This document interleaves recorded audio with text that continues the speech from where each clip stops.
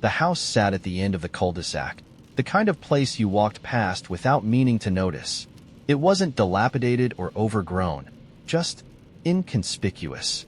The shutters were a dull gray, the windows clean but bare of curtains, and the porch light never seemed to be on, no matter the time of night. When I moved into the neighborhood, the realtor said it had been empty for years, though she didn't elaborate. People love gossip, but they also know when to leave things unsaid. I didn't think much about the house at first. My new place was a cozy bungalow a few doors down, and I was more concerned with unpacking boxes and figuring out which drawer should hold the forks. It wasn't until a week later, when I took my trash to the curb, that I noticed something odd. The curtains were drawn. I didn't remember there being curtains. The house had looked naked, its windows exposed, and now there were heavy, dark drapes in each one. I stared at them for longer than I should have, that subtle wrongness gnawing at the back of my mind. Then the curtain in the upstairs window moved.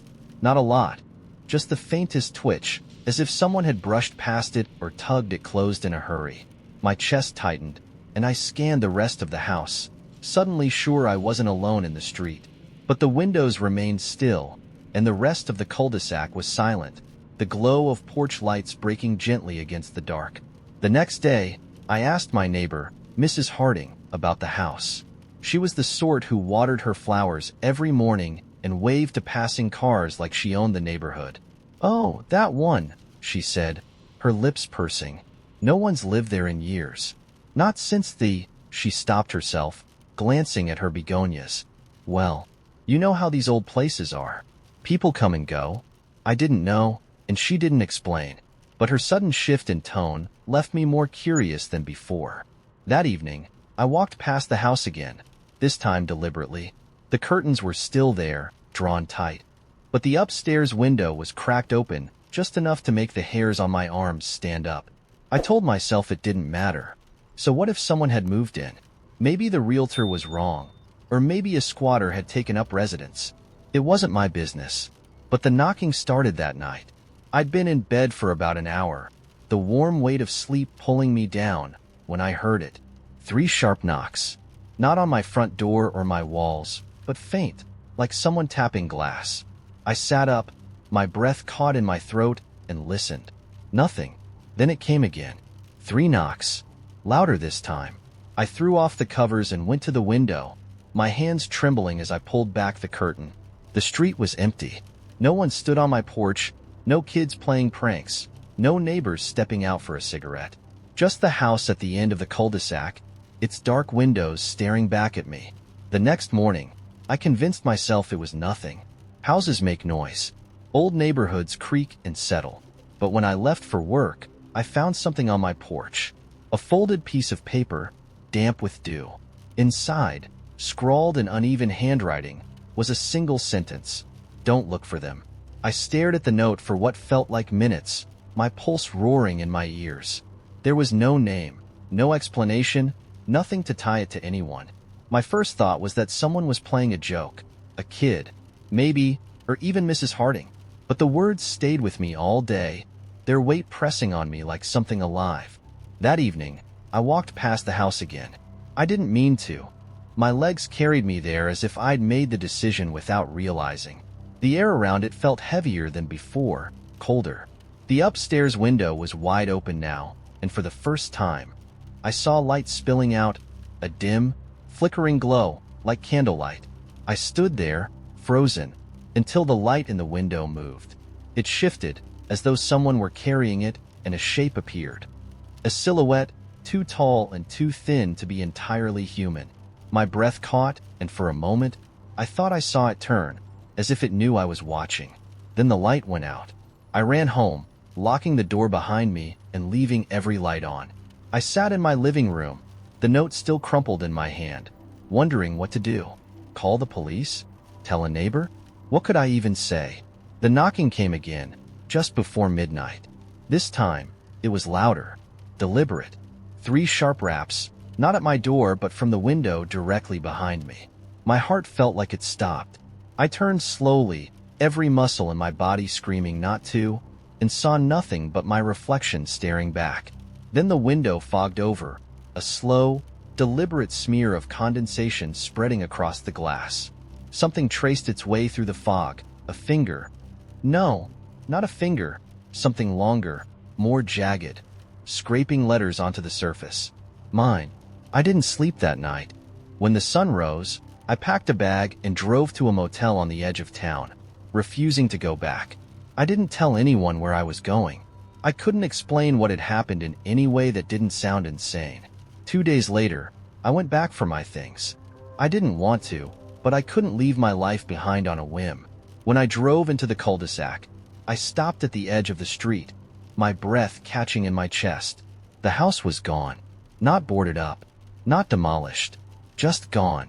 In its place was an empty lot, the ground covered in overgrown grass as if no one had touched it in years. My neighbor, Mrs. Harding, waved at me from her porch, her expression as bright as ever. "Moving out already?" she called. "Shame about that old house. No one's been able to build on that lot since the fire." "What fire?"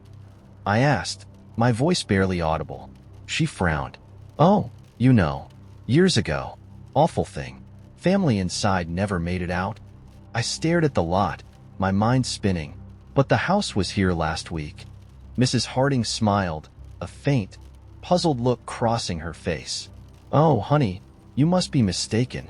That lot's been empty for decades." I didn't argue. I didn't tell her about the knocking or the figure in the window. I left that day and never came back. But sometimes, when I'm alone at night, I hear it again. 3 sharp knocks. The first time I realized something was off, it was because of the birds. I'd rented the house for the summer. A small, weathered place on the edge of a dense forest, miles from anything resembling a neighbor. I needed the solitude, or at least that's what I told myself. The truth was that the noise of the city had started to feel oppressive, pressing into my mind like an unwelcome guest, and I thought a few months away might clear my head. The house itself was unremarkable. A single story with a sagging porch and a tin roof that clattered when the wind came through. The forest loomed just beyond the backyard, the trees so thick that even in daylight, they seemed to swallow sound. The birds, though, that was what struck me first. At dawn, they sang. It wasn't the usual cacophony of chirps and calls, but a single, synchronized melody, rising and falling in eerie harmony. I'd never heard birds do that before, and it gave me an odd sense of unease, like I'd walked into a concert I wasn't invited to. I told myself it was just a quirk of the area, some local species with a strange habit, but as the days passed, I noticed that the song didn't change. It was always the same tune, the same rhythm, as if the birds were following sheet music written for them. One morning, I tried to record it on my phone. When I played it back, the birds were silent. Not just quiet, the sound wasn't there at all, only the faint rustling of leaves, as though the birds hadn't been singing at all. The next oddity came a week later. I'd spent the afternoon in the backyard, trying to sketch the trees. I'm not an artist by any stretch, but there was something about the forest that drew me in. The way the shadows shifted between the trunks like whispers in a language I couldn't quite understand. I'd been working on a particular tree for over an hour. A tall, gnarled thing with branches that bent at strange angles, when I realized it wasn't there anymore. At first, I thought I'd moved and lost my perspective, so I walked closer to the forest's edge. But the tree was gone. There was no sign of it. No stump, no broken branches, just empty ground where it had been. I checked my sketch pad, half expecting the drawing to have vanished as well, but it was still there, the dark lines unmistakable. That night, I dreamed of the forest. In the dream, I stood at the tree line, staring into the blackness between the trunks. The air was thick, heavy, and I could feel something moving in the dark. Not footsteps, but the sense of something vast shifting in the distance. I woke to the sound of the birds. Their melody was sharper now, more insistent, as if they were calling to something. The forest was closer the next morning. I didn't notice it at first, but as I drank my coffee on the porch, I realized the trees were nearer to the house than they had been before. A good 10 feet closer, their branches stretching toward the windows like skeletal hands. It didn't make sense. The house had been here for decades. The forest couldn't just move. I tried to push the thought aside, chalking it up to a trick of perception. But when I looked out again that evening, the trees were closer still. The branches scratched against the windows that night, soft and deliberate. I didn't sleep. The following day, I decided to hike into the forest. I thought if I went far enough, I might find an answer, or at least convince myself that the trees weren't moving. The first hour was uneventful. The forest was dense, the air cool and damp, and the ground was thick with moss that muffled my footsteps. But the farther I went, the stranger it became. The trees were wrong. Their trunks twisted unnaturally, bending in ways that defied logic. Some of them had markings carved into their bark, intricate symbols that seemed to shimmer when I looked directly at them. And then there were the sounds. Not the birds. They were gone now, their melody replaced by a low, droning hum that seemed to vibrate through the ground. I turned back, my pulse quickening, and realized I didn't recognize the way I'd come. The forest seemed different. The paths I'd taken now overgrown or blocked by trees that hadn't been there before. I ran. The hum followed me, growing louder, deeper, until it felt like it was inside my chest. When I stumbled out of the trees and into the backyard, the forest was silent again. The house was dark, the windows blank and unwelcoming. That night, the forest pressed against the house. The branches scraped and thudded against the walls, the sound like fists pounding wood. I huddled in the corner of the living room, clutching a flashlight, watching the shadows ripple across the floor. The birds returned at dawn. Their song was different now, fractured and discordant, like a radio signal struggling to come through. I packed my things that morning, ready to leave the house behind. But when I stepped outside, the forest was everywhere. The road was gone, replaced by an endless sea of trees. And the birds were watching. They sat in the branches, dozens of them, their heads tilted toward me as if waiting for something. Their black eyes reflected the light like polished stone. I don't know how long I've been here now. The forest doesn't let me leave, and the house is no longer safe. At night, I hear the hum beneath the floorboards, and the walls feel too thin. The birds still sing, but their melody is sharper now, more deliberate. And when I look into the trees, I see shapes moving between the trunks. They're waiting for me to come back. The town had a secret, though no one ever spoke of it aloud. It wasn't the kind of secret whispered behind closed doors or shared over too many glasses of wine. It was deeper than that, stitched into the roots of the oldest trees and the stones at the bottom of the creek. People knew it in the way you know a storm is coming. Something felt rather than seen. Cassidy moved to Pine Hollow to get away from the noise. She'd spent her life in cities, where the hum of electricity and the press of people made her chest feel tight. Here, in this quiet little pocket of the world, she hoped to breathe again. The town welcomed her in that polite, distant way small towns do. The neighbors smiled when she passed, and the woman at the general store always asked about her day, but no one lingered too long. Cassidy liked it that way. She didn't come here to make friends. Her house sat at the edge of the woods, an old two-story with peeling paint and a porch that creaked whenever she stepped on it. It was perfect, quiet, removed. The first time she noticed something was wrong, she was unpacking. She'd been pulling books from a box when she heard it, a faint sound, like wind moving through dry leaves. Except there was no wind, and the noise wasn't coming from outside. It was in the house, soft and rhythmic, too deliberate to ignore. She stopped, holding her breath, listening. It came again, a shuffle, faint but distinct, like footsteps on bare wood. "Hello?" she called, her voice steadier than she felt. Silence. She checked every room, opening closets and peeking under furniture, her pulse quickening with each empty corner. When she found nothing, she told herself it was the house settling. Oldwood groaned. Drafts made things shift. It was nothing. By the third night, she couldn't pretend anymore. The sounds had grown louder. Footsteps in the hall, a chair scraping faintly against the kitchen floor. Once, in the middle of the night, she swore she heard someone whisper her name. She told herself she was imagining it, that moving to a strange house in a strange place was playing tricks on her mind. But the sounds didn't stop. One morning, she found the door to the basement ajar. She didn't remember opening it. Cassidy stood at the top of the stairs, staring into the darkness below. The air that rose from the basement was damp and cool, carrying a faint metallic tang that made her throat tighten. She should have left it alone. Instead, she grabbed a flashlight. The stairs creaked beneath her weight, each step protesting as she descended. The light from her flashlight bobbed unsteadily, carving narrow paths through the gloom. The basement was mostly empty. Just a few old chairs, some shelves stacked with cobweb-covered jars, and a faint smear of daylight from a high, narrow window. She was about to turn back when she noticed it. A door. It was smaller than the others in the house, tucked into the far corner of the basement, its surface warped with age. A rusted latch hung loosely at its side, and the faint sound of wind, or something like it, seeped through the cracks. Cassidy's heart raced. She told herself it was just an old storage space, nothing to be afraid of. But her hands trembled as she reached for the latch.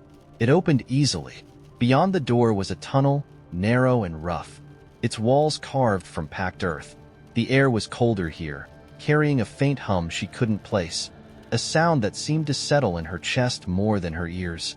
She stepped inside. The tunnel sloped downward, the ceiling low enough that she had to hunch slightly as she walked. The farther she went, the stronger the hum became, resonating through the earth like the pulse of something alive.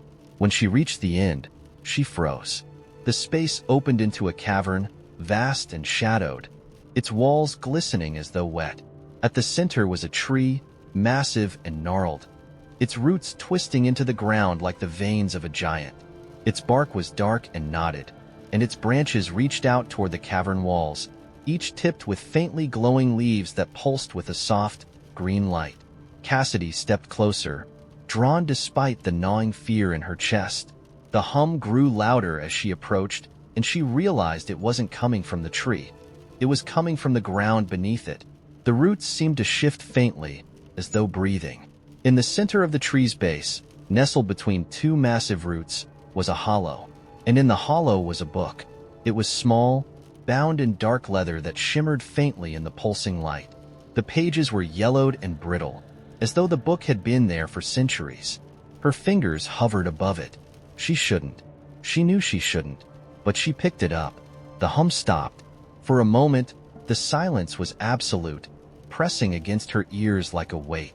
Then the cavern began to tremble. The tree's roots shifted violently, curling and twisting, their movements sharp and deliberate. The light in the leaves dimmed, flickering like a candle about to go out. Cassidy stumbled backward, clutching the book to her chest as the ground beneath her feet heaved. From somewhere deep within the tree, a sound emerged. It wasn't human. It wasn't animal. It was ancient. Cassidy turned and ran.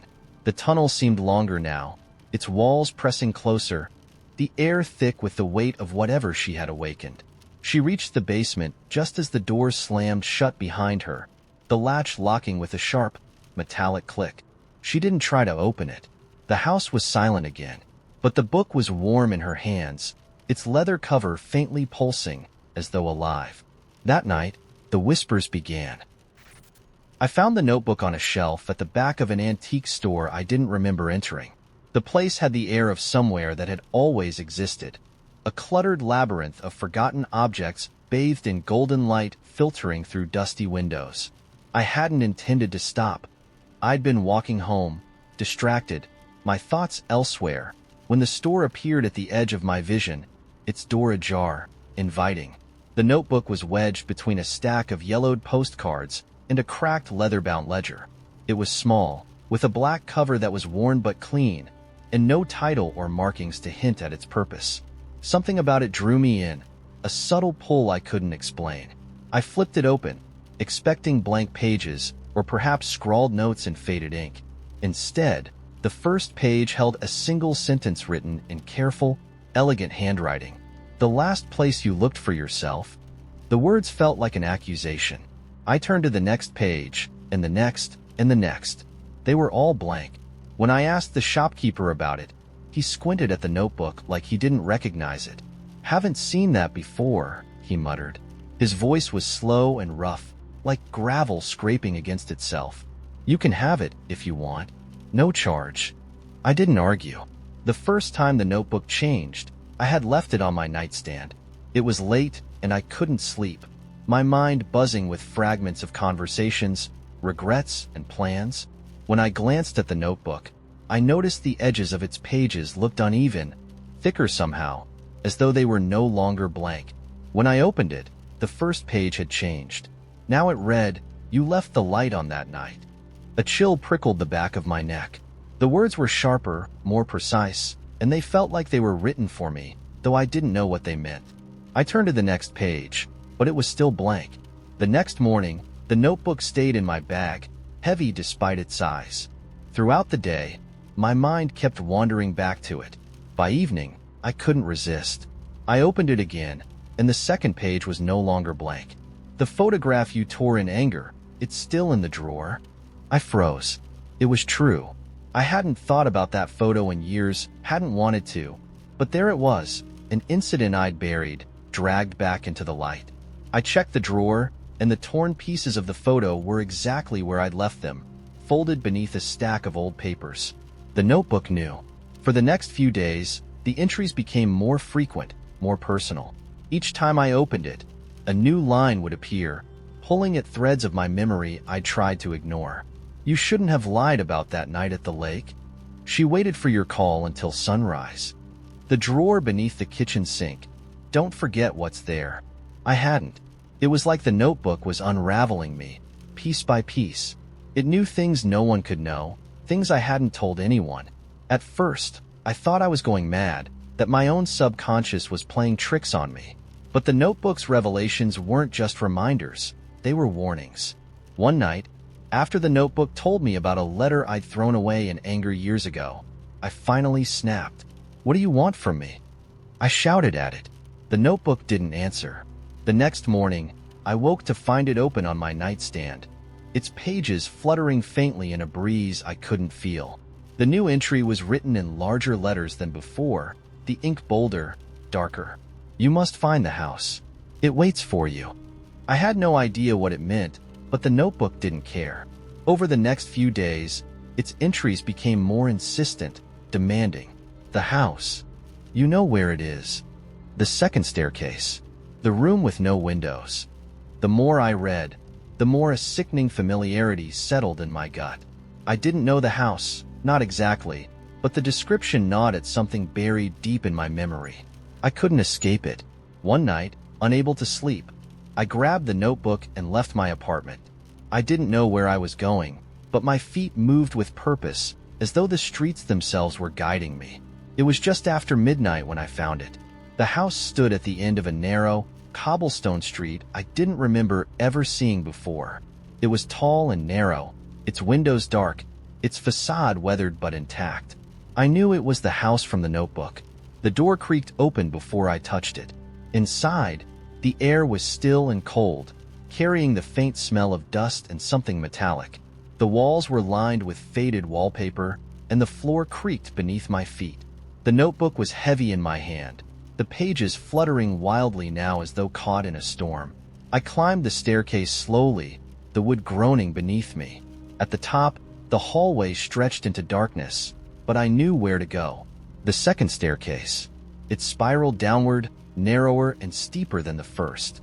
The walls around it were bare, the air colder with each step. At the bottom was a door, its surface scratched and scarred, as though something had tried to claw its way through. The notebook fell silent. I pushed the door open. The room was empty, save for a single chair in the center. The walls were bare, the floor scuffed and uneven. But there was something in the air, a hum, low and steady, like the beating of a distant heart. And then I saw it, a mirror, leaning against the far wall. The surface was dark, but not opaque. As I stepped closer, shapes began to emerge. A face, at first unrecognizable, then unmistakably my own. But it wasn't just me. The reflection smiled, though I didn't. Its eyes were sharper, brighter, and it leaned forward, pressing its hands against the glass. "You shouldn't have come," it said. Before I could move, the mirror shattered, and everything went black. When I woke, I was back in my apartment. The notebook was gone. But sometimes, when I pass a mirror, I catch a glimpse of something that doesn't belong, something waiting, just out of sight. And I know the house isn't finished with me yet. The night market opened once a year, and only for those who knew how to find it. I first heard of it from a stranger on a train. I'd been staring out the window, watching raindrops race down the glass, when the man across from me leaned in and said, "You look like someone who's lost something." I hadn't spoken to him before that. I hadn't even noticed him bored. His suit was faded, fraying at the cuffs, and his eyes were the kind that seemed to know too much. "I don't know what you mean," I replied. He smiled faintly, the corners of his mouth tugging upward as though he'd heard this before. "The market opens tomorrow, midnight, 5th and Holloway. Bring something you're willing to give up." I wanted to ask more. What market? What kind of place opens at midnight? But the train pulled into the station, and he was gone before I could open my mouth. 5th and Holloway wasn't a real intersection. At least, not during the day. I looked it up, I drove around. I even asked a few locals, but no one had heard of it. I almost dismissed the whole thing as a strange encounter, a fleeting oddity in a city full of them. But when the clock struck 11 the following night, something tugged at me. Curiosity, maybe, or something deeper. I grabbed my coat and walked out into the dark. The streets were quiet, the city asleep except for the occasional hum of a passing car. I wandered aimlessly at first, letting my feet carry me. And then I saw it. A narrow alley I hadn't noticed before, marked by a single lantern glowing faintly in the mist. The lantern bore no flame, yet its light pulsed softly, like a living thing. I stepped into the alley. The transition was seamless. One moment, I was in the city. The next, I was somewhere else entirely. The air smelled of spice and smoke, rich and intoxicating, and the sky above was a deep indigo, flecked with stars I didn't recognize. The market stretched before me, an endless maze of stalls and tints, their colors vivid even in the dim light. Vendors called out in languages I didn't understand, their voices melodic and strange, as they peddled wares that seemed to shimmer in and out of focus. One stall sold clocks that ran backward, their hands spinning with a purpose I couldn't fathom. Another offered bottles filled with light, each one glowing faintly as though it held a tiny sun. There were jars of whispers, sealed tightly with wax, and strings of stars hung like garlands between poles. I wandered, overwhelmed and awestruck, until I reached a stall draped in black velvet. The vendor, a woman with sharp eyes and a voice like honey, gestured for me to come closer. "What have you brought to trade?" she asked, her words lilting and soft. "I don't know," I admitted. Her gaze flickered over me, assessing, and she smiled. "Everyone brings something, whether they know it or not." She reached beneath the counter and produced an object wrapped in silk. "For you," she said, unwrapping it to reveal a small mirror. Its surface was dark, almost liquid, and as I leaned closer, it shifted. The reflection wasn't mine. It showed me a memory I'd forgotten. My sister and I as children, playing in the backyard, her laughter bright and unrestrained. She'd been gone for years now, her absence a quiet ache I carried but rarely acknowledged. The memory faded, and the mirror's surface rippled, revealing another scene. Me, years from now, standing on a beach at sunset. The waves lapped at my feet, and beside me was someone I hadn't met yet, their hand clasping mine. "What is this?" I whispered. "The past you've lost," the vendor said, "and the future you might yet find." I wanted it, desperately. "What do I have to give you?" Her smile sharpened. "Something you don't think you need?" I reached into my pocket, my fingers brushing against the lighter I always carried. It had been my father's, a simple thing with a scuffed surface, but it worked every time, without fail. It wasn't valuable, but it was mine. I placed it on the counter. The vendor's eyes gleamed as she picked it up, turning it over in her hands. "Fair trade," she said, sliding the mirror toward me. I barely heard her. The mirror's surface rippled again, and I saw more. Memories I'd buried, moments I hadn't lived yet. The images filled me with a bittersweet ache, and I clutched the mirror tightly as I left the stall. The market had grown busier, its pathways twisting and folding into themselves. I wandered for hours, losing track of time, until the sky began to lighten. The stalls began to vanish, folding up like paper, their colors fading into the mist. Vendors packed their wares with practiced efficiency, and the hum of the market quieted. By dawn, I was back in the alley, the lantern extinguished. The city was waking up, its streets filled with the mundane rhythm of morning. But in my pocket, the mirror pulsed faintly, warm against my hand. I didn't look into it again. Not yet. But one day, when the ache of memory grew too sharp or the uncertainty of the future too heavy, I knew I would. And I knew the market would return. The train station was almost empty when I arrived, the kind of quiet that makes even the smallest noise feel intrusive. The clock on the wall read 11:47 p.m., and the last train of the night was due in 13 minutes. I'd taken this train before, late, quiet, and usually carrying no more than a handful of passengers. I liked it for that reason. I didn't want company, not after the day I'd had. The platform was lined with dim yellow lights that flickered sporadically, casting long shadows across the tiles. The vending machine at the far end buzzed faintly, the sound merging with the distant hum of electricity in the wires overhead. I sat on a cold metal bench and checked my phone, scrolling absently through notifications that didn't matter. I was alone, or so I thought. I first noticed the man when I glanced up from my phone. He was standing at the edge of the platform, too close to the tracks, staring down into the darkness where the train would emerge. His posture was rigid, his head tilted slightly, as though he were listening for something just out of reach.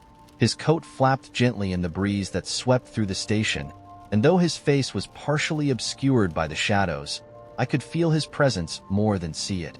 I told myself not to stare. People waited for trains in all sorts of strange ways, especially this late at night. Still, there was something about him that didn't sit right.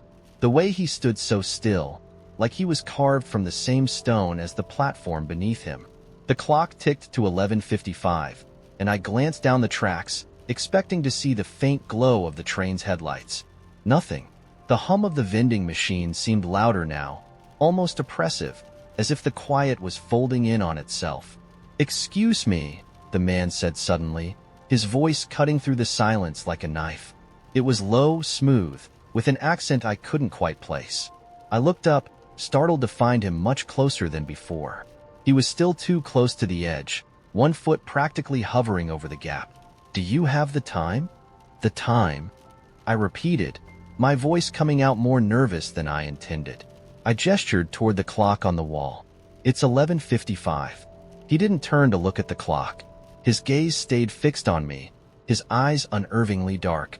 "Thank you," he said, and though the words were polite, there was something hollow about them, like they were rehearsed. He didn't move, and I became acutely aware of how still the station was. Even the faint hum of the vending machine seemed to have stopped. I forced myself to look away, focusing on my phone, but my hands were trembling, and I couldn't concentrate. When I glanced up again, the man was gone. The train arrived a few minutes later, its headlights piercing the darkness as it screeched into the station. I boarded quickly, grateful for the safety of the enclosed space, and chose a seat near the middle of the car. There were only two other passengers, a woman in a faded jacket staring out the window and a man with headphones who seemed oblivious to everything around him. The doors slid shut with a hiss, and the train lurched forward. I couldn't shake the image of the man on the platform. There was something about the way he'd looked at me, something I couldn't quite place. I stared at my reflection in the window, the dim interior of the train blending with the blackness outside. Then I saw him. He was standing in the reflection, at the far end of the car, even though I knew he hadn't boarded. His face was obscured, his outline faint and blurry, but it was unmistakably him. I whipped around, my heart hammering in my chest, but the end of the car was empty. I sat frozen in my seat, my pulse racing. The woman in the faded jacket turned to look at me, her expression unreadable. "Are you all right?" she asked, her voice soft but wary. I opened my mouth to respond, but before I could speak, the lights in the car flickered. The train shuddered, and for a brief moment, the world seemed to tilt. When the lights came back on, the woman was gone. I stood, panic rising, and looked around. The man with the headphones was still there, but he hadn't moved, his head tilted back against the seat as if he were asleep. The rest of the car was empty. I moved toward the next car, desperate for answers, but the door wouldn't budge. I banged on it, shouted, but it was as if the sound was swallowed by the train itself. Then the lights flickered again, and I felt it. A presence behind me, close enough that I could feel the air shift. I turned slowly, my breath catching in my throat. The man from the platform was standing there, his face finally visible. His features were sharp, almost too perfect, like they'd been sculpted from porcelain. But his eyes were wrong. They were dark, bottomless, and when I met his gaze, I felt like I was falling into them.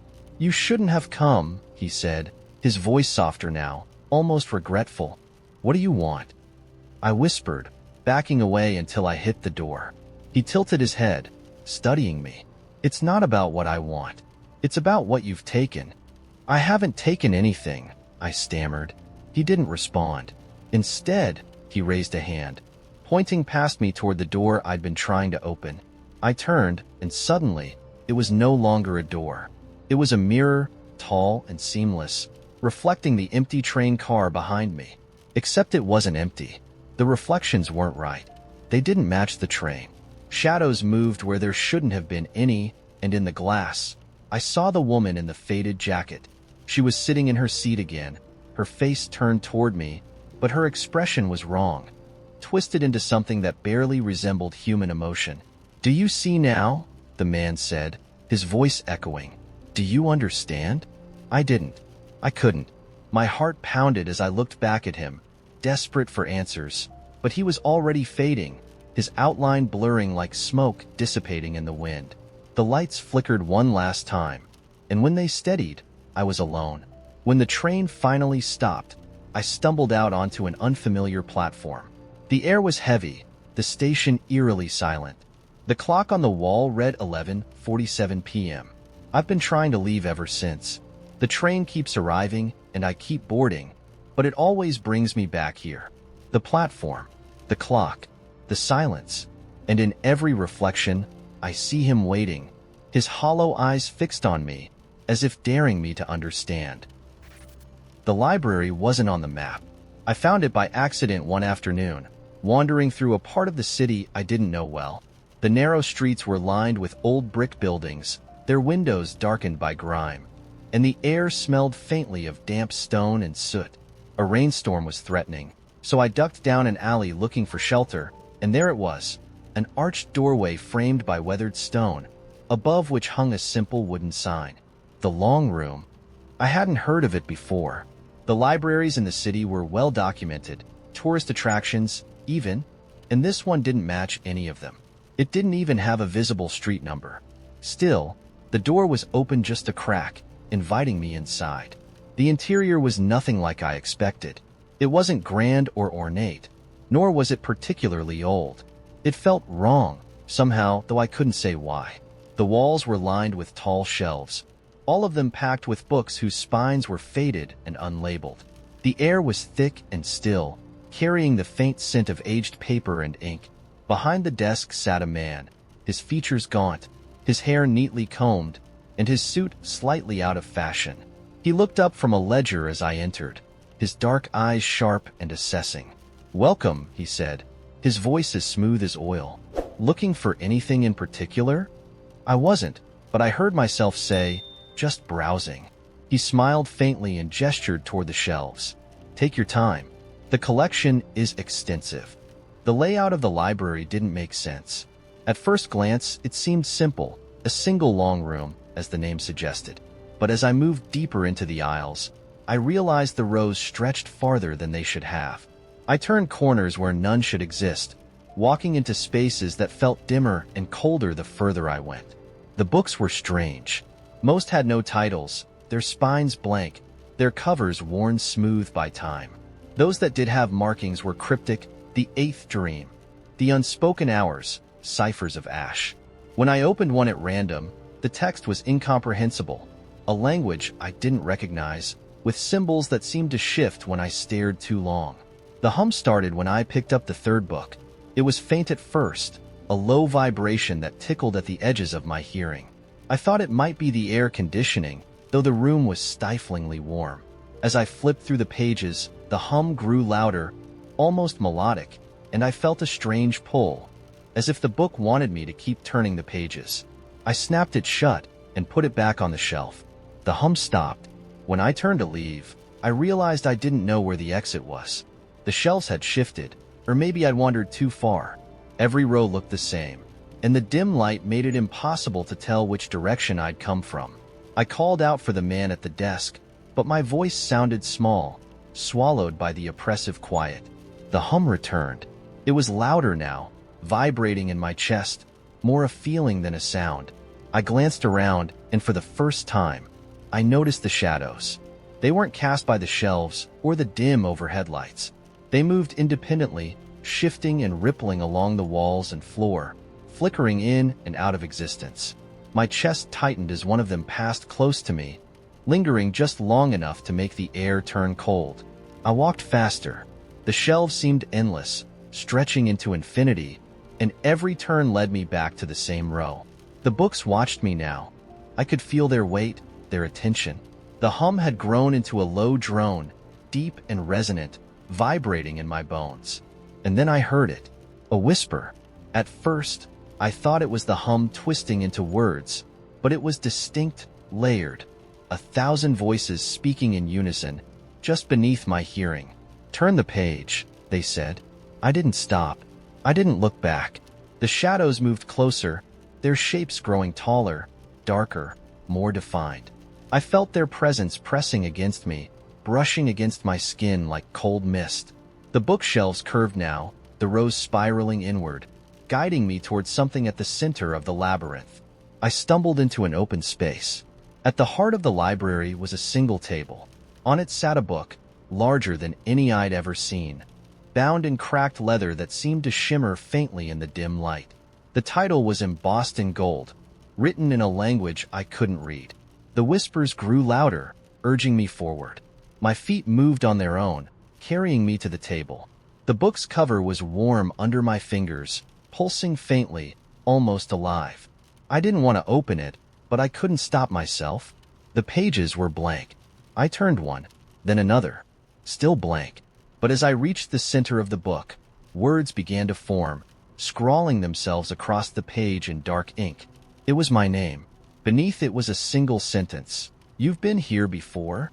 The shadows closed in. I could feel them watching, waiting, their whispers rising to a crescendo. The book's pages began to turn on their own, faster and faster, each one filling with words I couldn't understand. And then it stopped. The final page held only 2 words, written in bold, jagged letters. "Look up." I did. The librarian was standing across the table, his dark eyes fixed on me. His smile was sharp, too wide, stretching beyond the edges of his face. "You've come so far," he said, "but you never learn." Before I could speak, the shadows surged forward, swallowing me whole. I woke up outside the library, lying on the damp cobblestones of the alley. The door was gone, replaced by a blank brick wall. I don't remember how I got home, but the hum is still with me. It's faint, barely audible, but it's growing louder every day. And sometimes, when I close my eyes, I see the book. The last page is waiting for me. It was the 4th time the lights turned green that I realized something was wrong. I was driving home late, the city streets almost empty, the kind of quiet that feels more unsettling than peaceful. At the intersection, I waited for the light to change, my mind wandering as I tapped my fingers on the wheel. When the light turned green, I hesitated, an instinct I couldn't explain. The street ahead was empty. No headlights, no movement, no reason to wait. But I sat there anyway, gripping the wheel tighter. The lights cycled again, red to green, green to red, over and over. My car idled, the hum of the engine filling the silence. I couldn't bring myself to drive through. The 5th green light came, and that's when I noticed it. There was a figure standing in the middle of the intersection. It hadn't been there before. One moment the street was empty, and the next, it was there, tall and still, silhouetted against the glow of the traffic light. Its shape was wrong, too thin, its limbs elongated in a way that made my chest tighten. I leaned forward, squinting through the windshield, trying to make out details. The figure didn't move. It stood perfectly still, its head tilted slightly to one side. The light turned red again. When it turned green, the figure was closer. It hadn't walked. It hadn't even shifted. It was just there, a dozen feet closer, its shape sharper now. The streetlights buzzed faintly, and I realized my hands were trembling. My foot hovered over the gas pedal, but I couldn't press it. The light cycled again, red to green, and the figure was at the edge of my headlights. This close, I could see that its face, or what should have been its face, was smooth, featureless. Its skin was a pale, ashen gray, reflecting the light in a way that made my stomach turn. It raised one hand, long fingers curling in a gesture that felt almost casual, and then it pointed at me. The light turned red again. I threw the car into reverse, my tires screeching as I backed up. The figure didn't follow, but its head tilted further, as if watching me with a curiosity I couldn't comprehend. I didn't stop until I was blocks away, my heart hammering in my chest. I pulled over, gripping the wheel so tightly my knuckles ached. The intersection was out of sight, but I couldn't shake the feeling that the figure was still there, waiting. When I finally got home, I locked every door and window, my mind replaying the moment over and over. I didn't sleep that night. The next day, the world felt off. Small things at first, a coworker calling me by the wrong name, my phone ringing with numbers that vanished from my call log, shadows in the corners of rooms that lingered too long. I told myself I was imagining it, that my exhaustion was playing tricks on me. But when I drove home that evening, the same intersection was waiting. The figure was in the middle of the street again, exactly where I'd first seen it. I braked hard, my pulse spiking. This time, the figure moved. Not quickly, not smoothly, but with a slow, deliberate shift of its limbs, like a puppet on strings. It stepped toward my car, the featureless surface of its head tilting as though it were studying me. The light turned green. The figure stepped closer. I slammed my foot on the gas, swerving around it, my tires squealing as I sped through the intersection. In my rearview mirror, the figure turned, watching as I drove away. The next morning, there was something in my driveway. It was a single object, perfectly centered, placed with a precision that felt intentional.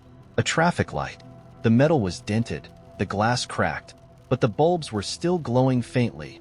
Red, green, yellow, cycling endlessly. My stomach turned as I approached it, every instinct screaming at me to leave it alone. But I couldn't stop myself. The lights flickered as I reached for it, the hum of the bulbs growing louder, sharper, until it felt like they were vibrating in my skull. The moment I touched it, the world shifted. The air grew heavy, pressing against my chest, and the sky above darkened as if a storm had rolled in. The houses around me blurred, their edges smearing like wet paint. And then I heard it, a single, deliberate knock on my front door. I turned slowly, my breath catching in my throat. The figure was standing on my porch, its head tilted, its hand still raised from the knock. The traffic light in my hand flickered, its glow pulsing in time with my heartbeat. The figure stepped closer, the wood of the porch creaking beneath its weight. It didn't speak. It didn't need to. The gesture was clear. It was pointing at the light. I dropped it. The metal hit the ground with a hollow clang, and the world snapped back into place. The sky brightened, the air lightened, and the figure was gone. But when I turned, the traffic light was upright again, standing perfectly balanced in my driveway, its bulbs cycling steadily. I haven't driven since. I see the lights everywhere now, on corners where they shouldn't exist, flickering faintly in the distance, always just within view. And sometimes, when I close my eyes, I can hear the hum. It's getting louder. It was the smell that woke me, sharp and acrid, like burnt plastic mingled with something metallic. At first, I thought it was a bad dream, that odd sensory overlap you get when half asleep. But the scent grew stronger, so thick it scratched at the back of my throat. My apartment was dark, except for the faint blue glow of the digital clock on the nightstand. 3:21 a.m. I sat up, disoriented, and scanned the room. Everything seemed normal. The familiar mess of clothes on the chair, the water glass I'd forgotten to take to the kitchen, the blinds swaying slightly in the breeze from the cracked window. Then I noticed the light. It was faint at first, barely a glimmer, coming from the hallway just outside my bedroom door. At first, I thought it was the glow of a passing car's headlights, but the light didn't move. It stayed, steady and strange, a pale, silvery hue that didn't belong to any bulb I owned. I got out of bed, each step hesitant, my bare feet brushing against the cool floor. The air felt heavier the closer I got to the door, almost humid, like the apartment had been sealed for weeks. When I opened the door, the hallway wasn't there. Instead, there was a corridor I didn't recognize. The walls were smooth and seamless, a dull gray that absorbed the light rather than reflecting it. The air smelled worse now, acrid and electric, like a blown fuse. The floor stretched out endlessly in both directions, lined with small, faintly glowing markers, triangles etched into the surface at regular intervals. I turned to look back into my bedroom, but the door was gone. Panic bubbled up in my chest, but I swallowed it down. This had to be a dream, I told myself. A sleep paralysis episode. Something explainable. Hello? My voice sounded too loud in the oppressive silence. No answer.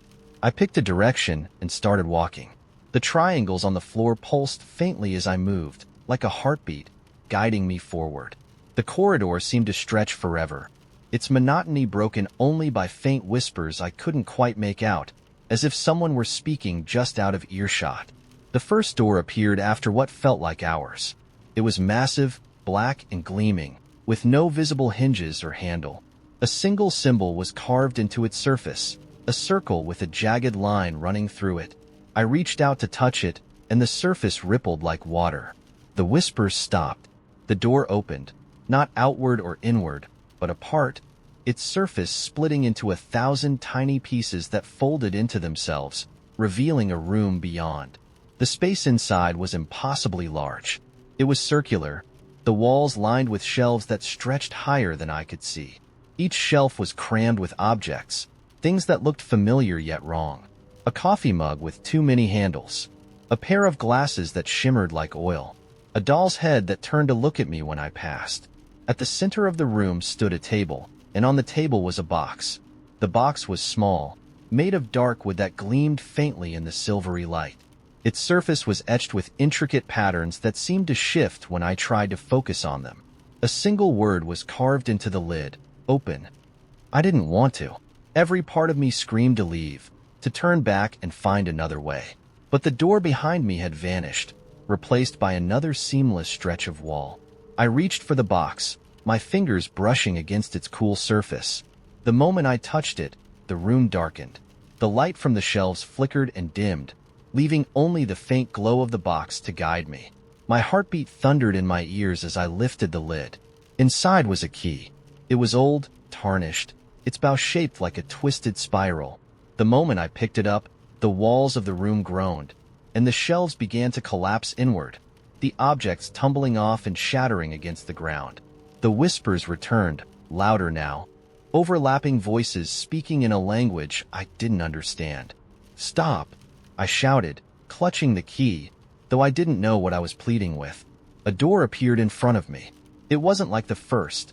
This one was wooden, weathered, and small, like something you'd find in an old farmhouse. Without thinking, I ran to it and pushed it open. The corridor on the other side was different. The walls were lined with mirrors, each one reflecting a version of me. But the reflections weren't right. Some showed me as a child, clutching a stuffed toy I'd forgotten I'd owned. Others showed me older, grayer, with eyes that seemed hollow and defeated. One reflection showed me as I was now, except the me in the mirror was smiling, and I wasn't. The smile widened as I approached, its edges stretching unnaturally. My reflection raised a hand, pressing it against the glass. "Leave," it said, its voice perfectly matching mine. I backed away, my breathing shallow, and looked at the other mirrors. The reflections had changed. They weren't showing me anymore. Each one showed a different door in a different place. A red door in the middle of a forest. A steel hatch in the side of a mountain. A trapdoor in a concrete floor. The key in my hand grew warm, and I looked down to find the spiral on its bow glowing faintly. I turned back to the corridor. Another door had appeared at the far end, black and unmarked, its surface gleaming faintly. The whispers were louder now, echoing all around me, urging me forward. I ran. The moment I opened the door, I was back in my bedroom. The clock on my nightstand read 3:21 a.m. The air was still heavy, still thick with that strange, acrid scent. For a moment, I thought it was over, that it had all been a nightmare. Then I saw the box. It was sitting on the floor next to my bed, its lid slightly ajar, and the key was gone, but the whispers remained. I first noticed the man in the orange jacket on the train ride home. It wasn't his appearance that caught my attention. He looked ordinary enough. Mid-30s, short hair, pale complexion. The only thing that stood out was the bright orange jacket he wore, the kind with reflective strips that construction workers and road crews use. It was clean, too clean, like it had never seen a single day of work. I wouldn't have thought twice about him if it weren't for the fact that he got off at my stop. That was unusual. I commute from the city to a small suburban station where most people don't disembark. The platform is usually empty except for me and the occasional wandering stray cat. But when the train doors slid open that evening, he stepped out and followed me onto the platform. I told myself it was a coincidence. As I walked toward my apartment, I glanced over my shoulder. The man in the orange jacket was there, keeping a steady pace behind me. I took the long way home, weaving through side streets and cutting through a small park, but every time I looked back, he was there. Always the same distance away, never closer, never farther. When I reached my building, I darted inside and locked the door behind me. For the rest of the night, I couldn't shake the feeling that someone was watching me. The next morning, I woke up to find a single object on my doorstep, a small, perfectly smooth stone. It was jet black and cold to the touch, like it had been pulled from the bottom of a river. There was no note, no sign of who had left it. That night, I saw him again. He was sitting at the far end of the train car, his orange jacket vivid under the dim fluorescent lights. His head was tilted slightly, as if listening to something I couldn't hear. When the train pulled into my stop, I waited, hoping he wouldn't follow. He did. This time, I didn't take the long way. I walked straight home, my pace quickening with each step. I didn't look back until I reached my building, but when I did, the street was empty. I should have felt relieved. Instead, the unease grew. The next morning, another stone appeared on my doorstep. This one was different, gray, with a faint red stain at its center. The stain wasn't paint. It had the consistency of dried blood. The day after that, the third stone arrived. This one was white and split down the middle, as though it had been struck by lightning. I started checking my locks twice. I drew the curtains and turned on every light in the apartment. But no matter what I did, I couldn't shake the feeling that I was being watched. When the fourth stone appeared, a pale green one with jagged edges, I knew I couldn't ignore it anymore. That night, I didn't go straight home. Instead, I stayed on the train past my stop, watching to see what the man in the orange jacket would do. He didn't follow me this time. He stayed seated, his head still tilted, his gaze fixed on the far end of the car. When I got off at the next station, I lingered, hiding behind a vending machine. The train pulled away, and for a moment, I thought I was alone. But then, from the shadows near the platform's edge, he stepped into view. He wasn't holding stones anymore. In his hand was a small, leather-bound notebook. He opened it, flipping through pages quickly, and then stopped. His head turned sharply, his eyes locking onto mine, though I was still hidden. I ran. The streets were a blur as I sprinted through the unfamiliar neighborhood. I didn't know where I was going, just away. Away from the man, away from the stones, away from the oppressive weight of his gaze. When I finally stopped to catch my breath, I realized I was standing in front of an old train yard. The air was still, the tracks overgrown with weeds. And then I saw it.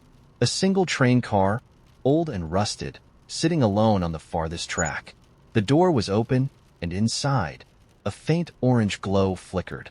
I don't know why I went in. The interior was empty except for a long metal bench and a single stone sitting in the middle of the floor. It was unlike the others, larger, rougher, its surface etched with strange, looping patterns. When I stepped closer, the patterns shifted, forming shapes I almost recognized. A face, a hand, a pair of staring eyes. A sound behind me made me freeze. It was soft, like the rustle of fabric. I turned slowly, and there he was. The man in the orange jacket stood in the doorway, his head tilted as if studying me. In his hand, he held the notebook. He opened it again, flipping to a page near the middle. Then, in a voice that was low and mechanical, as though spoken through a broken radio, he said, "You're the last." The door slammed shut, and the orange glow engulfed everything. When I woke up, I was alone in my apartment. The stones were gone, but on my desk sat the leather-bound notebook, its pages blank except for one. Scrawled across the middle in jagged, hurried letters were the words, "Find the others." And beneath that, the drawing of a train car, its windows glowing faintly orange. The first time I saw the clock, it wasn't in my house. I was visiting an antique store in a sleepy little town on a whim. The kind of place you stop in when you're wandering aimlessly, bored, and looking for something to occupy your mind. The shop was cramped and dimly lit, its shelves crowded with forgotten objects, porcelain dolls with cracked faces, yellowed books, tarnished jewelry. And then there was the clock. It sat on a small wooden table at the back of the store, its face dark and rimmed with intricate brass carvings. The hands were frozen at 11:06, and the glass covering the face was slightly warped, like it had been melted and reshaped. I didn't know why I was drawn to it, but I was. "How much?" I asked the shopkeeper, an older man with a gaunt face and tired eyes. He hesitated for just a moment, his gaze flicking toward the clock before returning to me. $20, he said finally, his voice low. "Really?" It seemed too cheap for something that looked like it should have been in a museum. "Take it," he said, waving a hand dismissively. "It's been here too long." I didn't think much of his reaction at the time. I handed over the cash, took the clock, and carried it home, already imagining where I'd put it. It ended up on the mantel above the fireplace, where it sat quietly for weeks. It didn't tick, and the hands never moved, but I liked the way it looked. It gave the room character. Then, one night, I woke up to the sound of ticking. It was faint, barely audible over the hum of the refrigerator in the kitchen, but it was there. I turned on the light and stared at the clock from across the room. The hands were moving now, slowly but steadily, creeping toward midnight. The ticking stopped the moment I got close. The hands froze again, stuck at 11:58. I told myself it was a mechanical quirk. Maybe the old gears had shifted after years of sitting idle. But that explanation didn't sit well with me. Something about the silence that followed felt wrong. The next night, the clock chimed. It was loud enough to wake me from a dead sleep, a sharp, hollow sound that echoed through the house. I sat up, heart pounding, and stared at the clock from the couch where I'd fallen asleep. The hands were still frozen at 11:58, but the chime lingered in the air, fading slowly.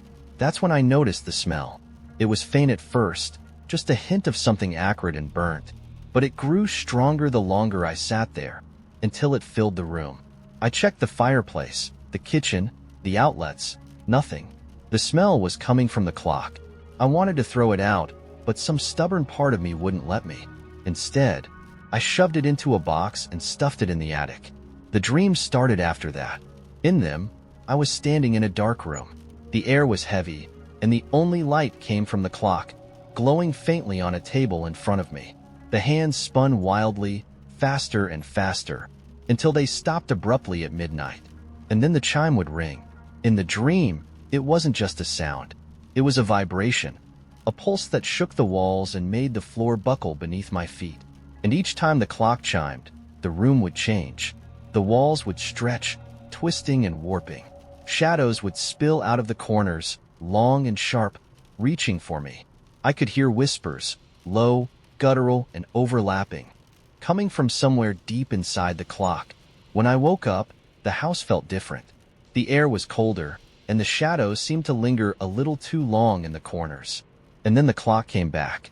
I found it sitting on the mantel one morning, exactly where it had been before. The box in the attic was empty. The hands were moving again, ticking steadily toward midnight. This time, I didn't wait.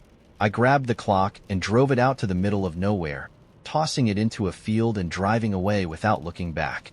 That night, I woke up to the sound of ticking. The clock was back on the mantel, its face glowing faintly in the dark. The hands were at 11:59. The chime began to ring, louder than ever, shaking the walls and rattling the windows. I couldn't move, couldn't look away as the hands clicked to midnight. And then everything went still. The room around me disappeared, replaced by the dark, twisting space from my dreams. The clock was the only source of light, its face casting long, flickering shadows. I wasn't alone. Figures emerged from the darkness, their shapes indistinct but their eyes burning like coals. They didn't speak, but I could feel their intent pressing against me, heavy and cold. The whispers grew louder, and the hands on the clock began to move backward, spinning faster and faster. I don't know how I escaped. When I woke up, it was morning, and the clock was gone. The mantel was bare, and the air in the house felt lighter, almost normal. But I know it's not over. Sometimes, late at night, I hear the ticking again, faint but steady, like the clock is counting down to something I can't stop. And I know, when it finds me again, the hands won't stop at midnight. The first time I saw the room, it wasn't there. I'd been renting the house for a month. An old, rambling place on the edge of town with a slanted roof and ivy that crept up the sides like it was trying to claim the structure for itself. The landlord called it charming. My friends called it a fixer-upper. I called it affordable. The layout was simple: living room, kitchen, a narrow staircase leading up to 2 bedrooms and a small bathroom. Every corner creaked, every door stuck slightly in its frame, and the radiators had a bad habit of clanking like an angry ghost at night. But it was mine, and I liked it. Until the day I noticed the door. I was heading downstairs, juggling a coffee mug and my phone, when my foot slipped on the last step. I caught myself against the wall, cursing, and that's when I saw it. A door. It was set into the wall just off the staircase, where there had only been smooth plaster before. The wood was dark, the paint peeling at the edges, and the knob was an old brass fixture, tarnished and dull. I stared at it for a long moment, trying to reconcile what I was seeing. This door hadn't been there yesterday. I was sure of it. I set down my mug and tried the knob. It turned easily, but the door didn't open. It wasn't locked. It felt stuck, like the frame was warped around it. I pushed harder, leaning into it until the wood groaned beneath my weight. It didn't budge. That night, I dreamed of the door. In the dream, it opened easily, the hinges sighing as though relieved to be used. Beyond it was a room, small, windowless, and empty except for a single chair in the center. The air was cold and damp, and the walls seemed to pulse faintly, as though they were alive. When I woke, the dream clung to me like smoke. The door was still there. I told myself it was some weird quirk of the house I hadn't noticed before. Old places are full of surprises, after all. But no matter how hard I tried, I couldn't shake the feeling that the door didn't belong. Over the next few days, I avoided it. It wasn't difficult. The door was tucked away in a corner I rarely passed. But I couldn't ignore the sense that it was waiting for me. One night, as I sat on the couch, half watching a movie and trying to ignore the creaks and groans of the house settling, I heard it. A soft, rhythmic tapping. It was faint, almost imperceptible, like fingernails brushing against wood. It was coming from the door. I froze, my breath catching in my throat. The sound stopped as suddenly as it had begun, leaving the house silent except for the faint hum of the radiator. I didn't sleep that night. The next morning, the door was open. Just a crack, but enough to reveal the darkness beyond. I approached cautiously, every nerve in my body screaming at me to turn back, to leave, to pretend I'd never seen it. But something pulled me forward. The room beyond the door was exactly as I dreamed it. Small, windowless, and empty except for a single chair in the center. The air was colder than it should have been, and the walls were covered in faint, overlapping marks, like scratches made by something desperate. The chair wasn't empty. At first, I thought it was a trick of the light, but as I stepped closer, I realized there was something resting on the seat. A book. Its cover was leather, cracked and faded with age, and the pages were yellowed, their edges frayed. I picked it up, my fingers trembling, and opened it to the first page. Do not let it out. The words were written in thick, uneven strokes, as though the writer's hand had been shaking. Before I could turn the page, the door slammed shut behind me. The room plunged into darkness, and I felt the walls close in around me, the air growing thick and suffocating. I fumbled for the doorknob, but my hands found only smooth, unyielding wood. Something moved in the darkness. Not footsteps, more like a shifting, sliding sound, as though something heavy was dragging itself across the floor. I pressed myself against the wall, clutching the book to my chest. The sound grew louder, closer, until it was right in front of me. A faint light flickered to life, casting long, distorted shadows against the walls. The chair was empty. The book slipped from my hands, hitting the floor with a dull thud.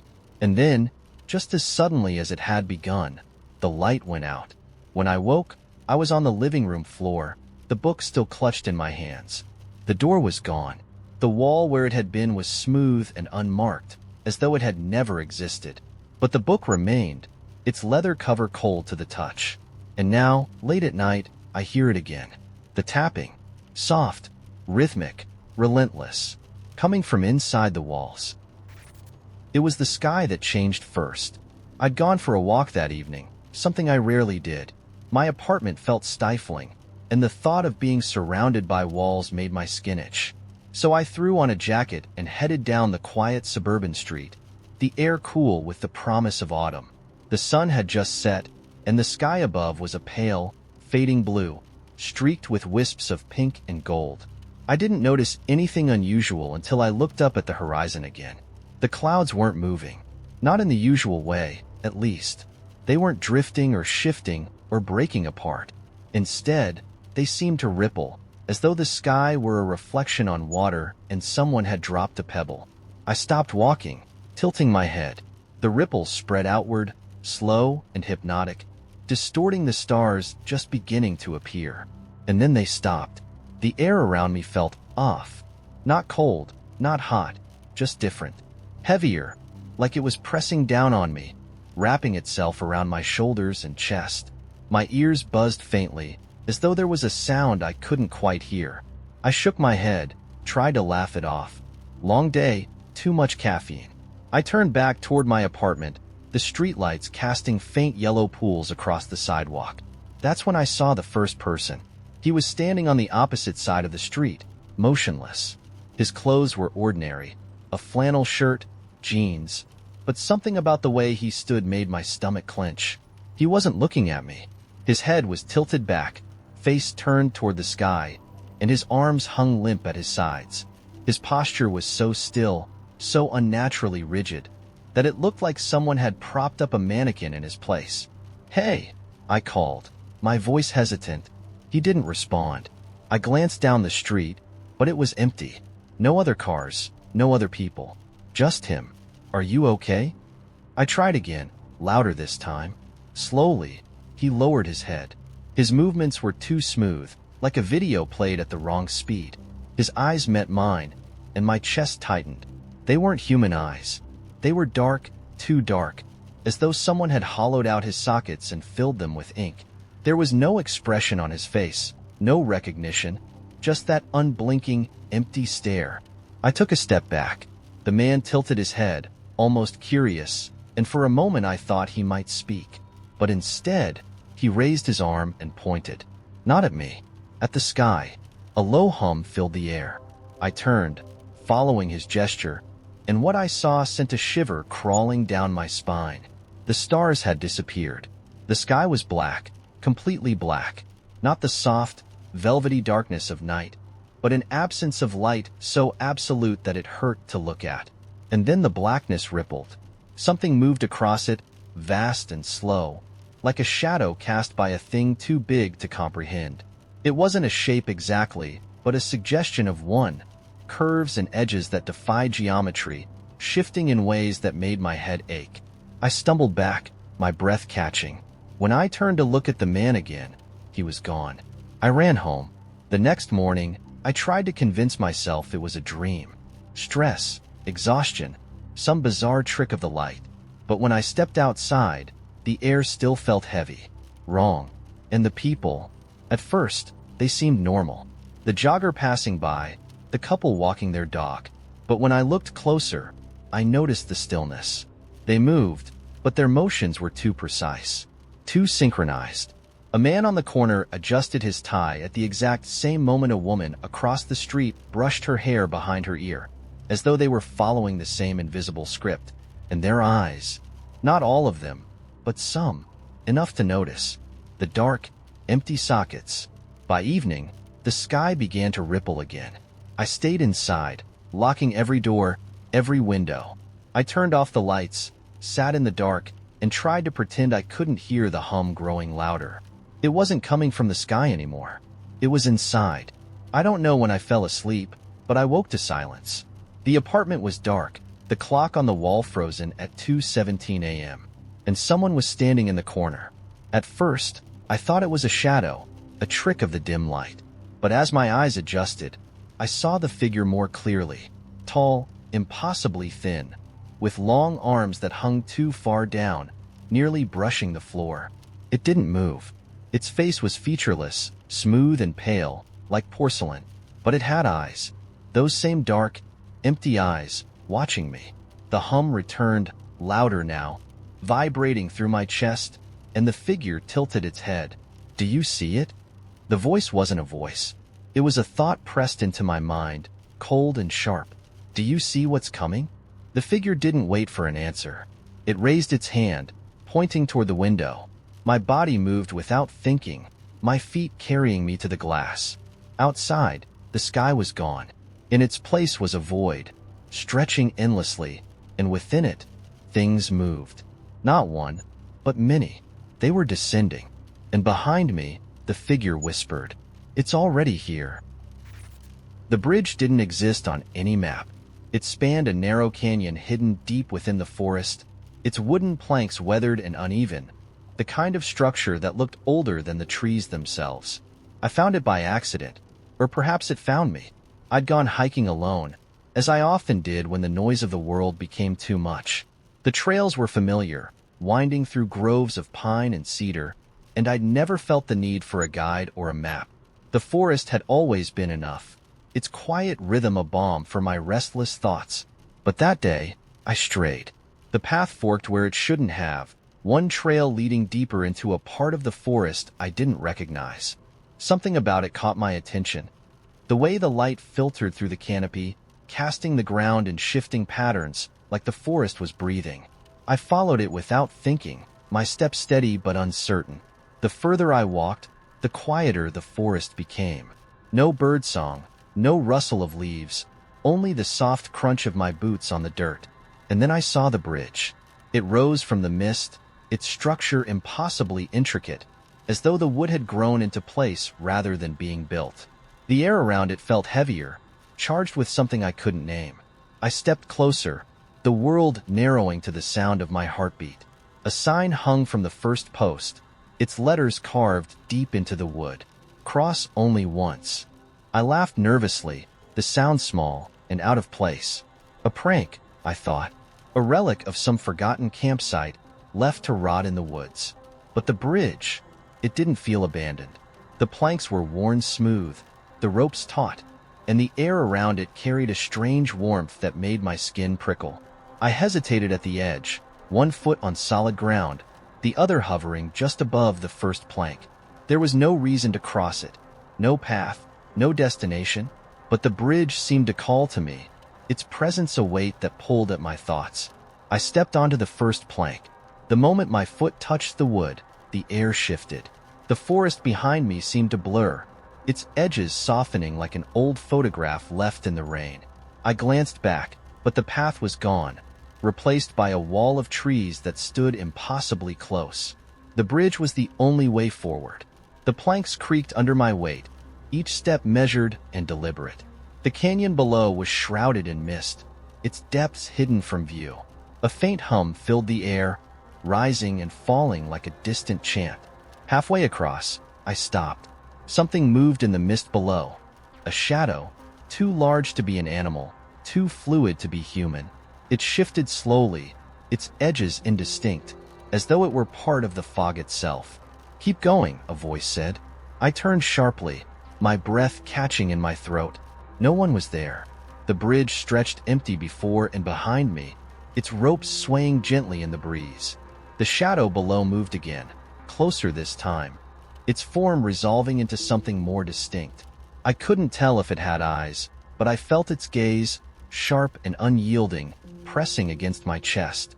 "Keep going," the voice repeated, softer now, almost pleading. I ran. The rest of the bridge blurred beneath my feet, the planks blurring into a single, endless line. When I reached the other side, I stumbled, falling to my knees on the soft earth. The air here was different, lighter, quieter. The forest ahead was not the one I'd left. The trees were taller, their trunks smooth and pale, their leaves shimmering faintly in the dim light. The ground was covered in a thick carpet of moss that glowed faintly underfoot, illuminating the faint outlines of a path that led deeper into the woods. I looked back at the bridge, but it was gone. The sign, however, remained, now standing alone among the trees. Its words had changed. "You can't go back." I should have been afraid. I should have panicked. But the air here was intoxicating, thick with a sweetness that dulled the edges of my thoughts. The path ahead seemed to beckon, its faint glow a promise of something just out of reach. I followed it. The forest grew darker as I walked, the light from the moss dimming until the only thing guiding me was the faint pull of the path beneath my feet. Time became meaningless. The sun never moved, the air never cooled. And then I saw it. A clearing opened before me, its center dominated by a tree unlike any I'd ever seen. Its bark was black as coal, its branches bare, save for a single fruit that hung from the highest limb. The fruit was silver, its surface smooth and reflective, catching the faint light of the clearing and scattering it in 1,000 directions. I stepped closer, drawn to it, the rest of the world fading away. The tree seemed to hum softly, its vibration resonating through the ground and into my bones. "Take it," the voice said, closer now, almost a whisper in my ear. I hesitated, my hand hovering just below the fruit. The air around it was warm, electric, and as my fingers brushed its surface, I felt a jolt, a sharp, searing pain that shot through me and rooted me to the spot. Images flooded my mind. Faces I didn't recognize, places I'd never been, moments that didn't belong to me. They came in flashes, quick and disjointed, each one leaving behind a sharp ache in my chest. And then it stopped. I was back in the clearing, the fruit still hanging just out of reach. The tree stood silent, unmoving, but the faint hum of the forest remained, a constant reminder of the choice I hadn't made. I turned and walked back the way I came, the path beneath my feet colder now, less certain. When I reached the edge of the clearing, I looked back. The tree was gone.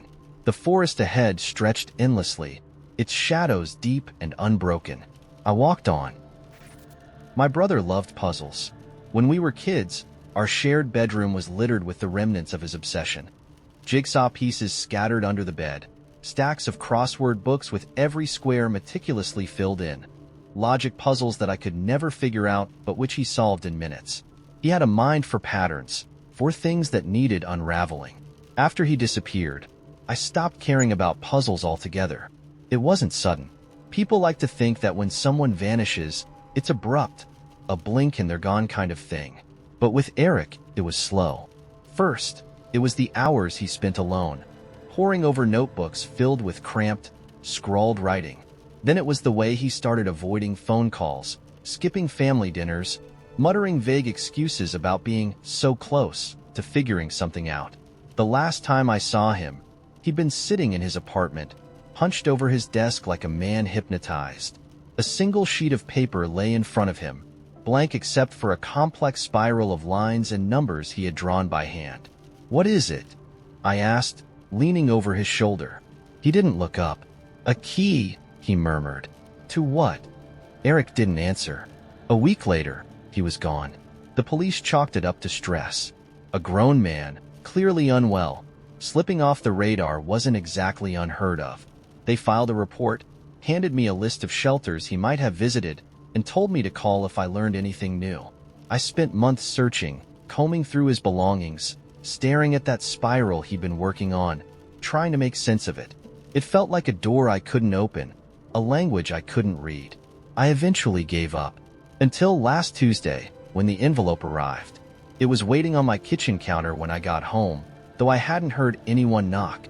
The envelope was old, the paper brittle and stained, but my name was written on the front in bold, familiar handwriting. Eric's handwriting. My hands trembled as I tore it open. Inside was a single piece of paper, blank except for a symbol, a spiral, identical to the one I'd found in his apartment, drawn with the same meticulous precision. And beneath it, in faint pencil, 2 words. Find me. I don't remember deciding to go. It was like something inside me snapped into place, an instinct kicking in. The spiral had numbers embedded in the pattern, coordinates.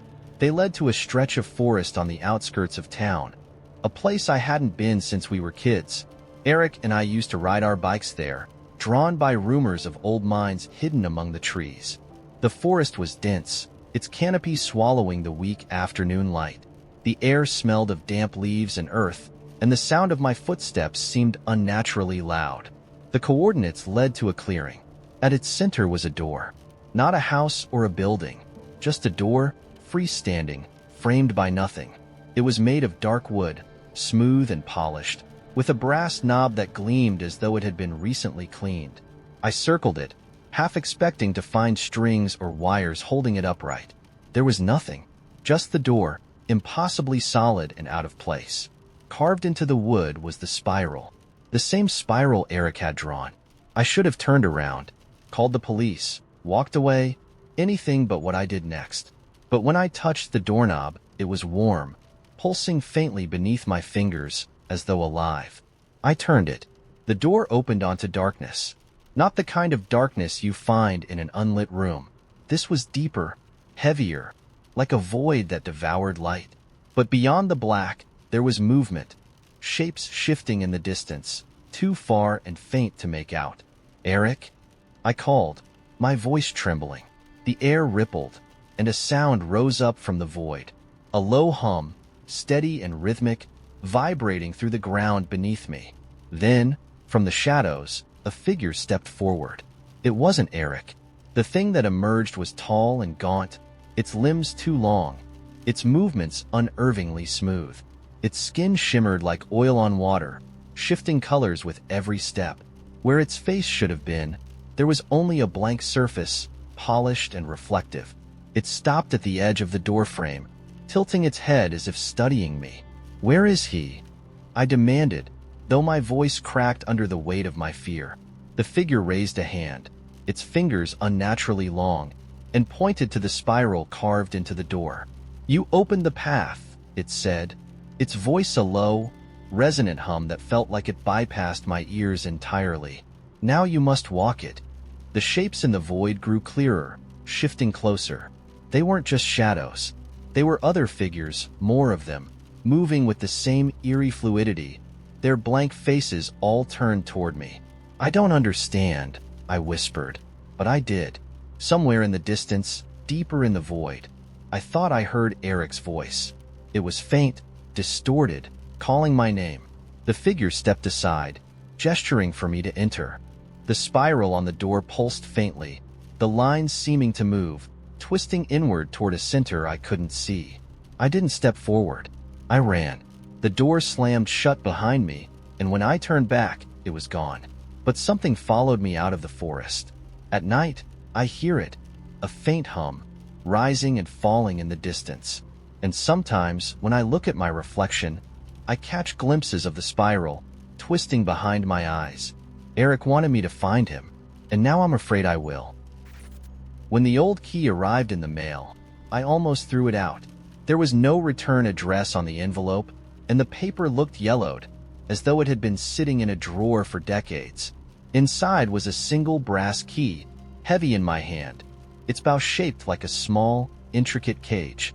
No note, no explanation, just the key and the faint metallic scent of something long forgotten. I left it on the counter, assuming it was some kind of mistake, maybe a novelty item someone sent to the wrong person. But the longer it sat there, the more it seemed to demand attention, its dull brass catching the light just enough to glint in the corner of my eye. That night, I dreamed of a door.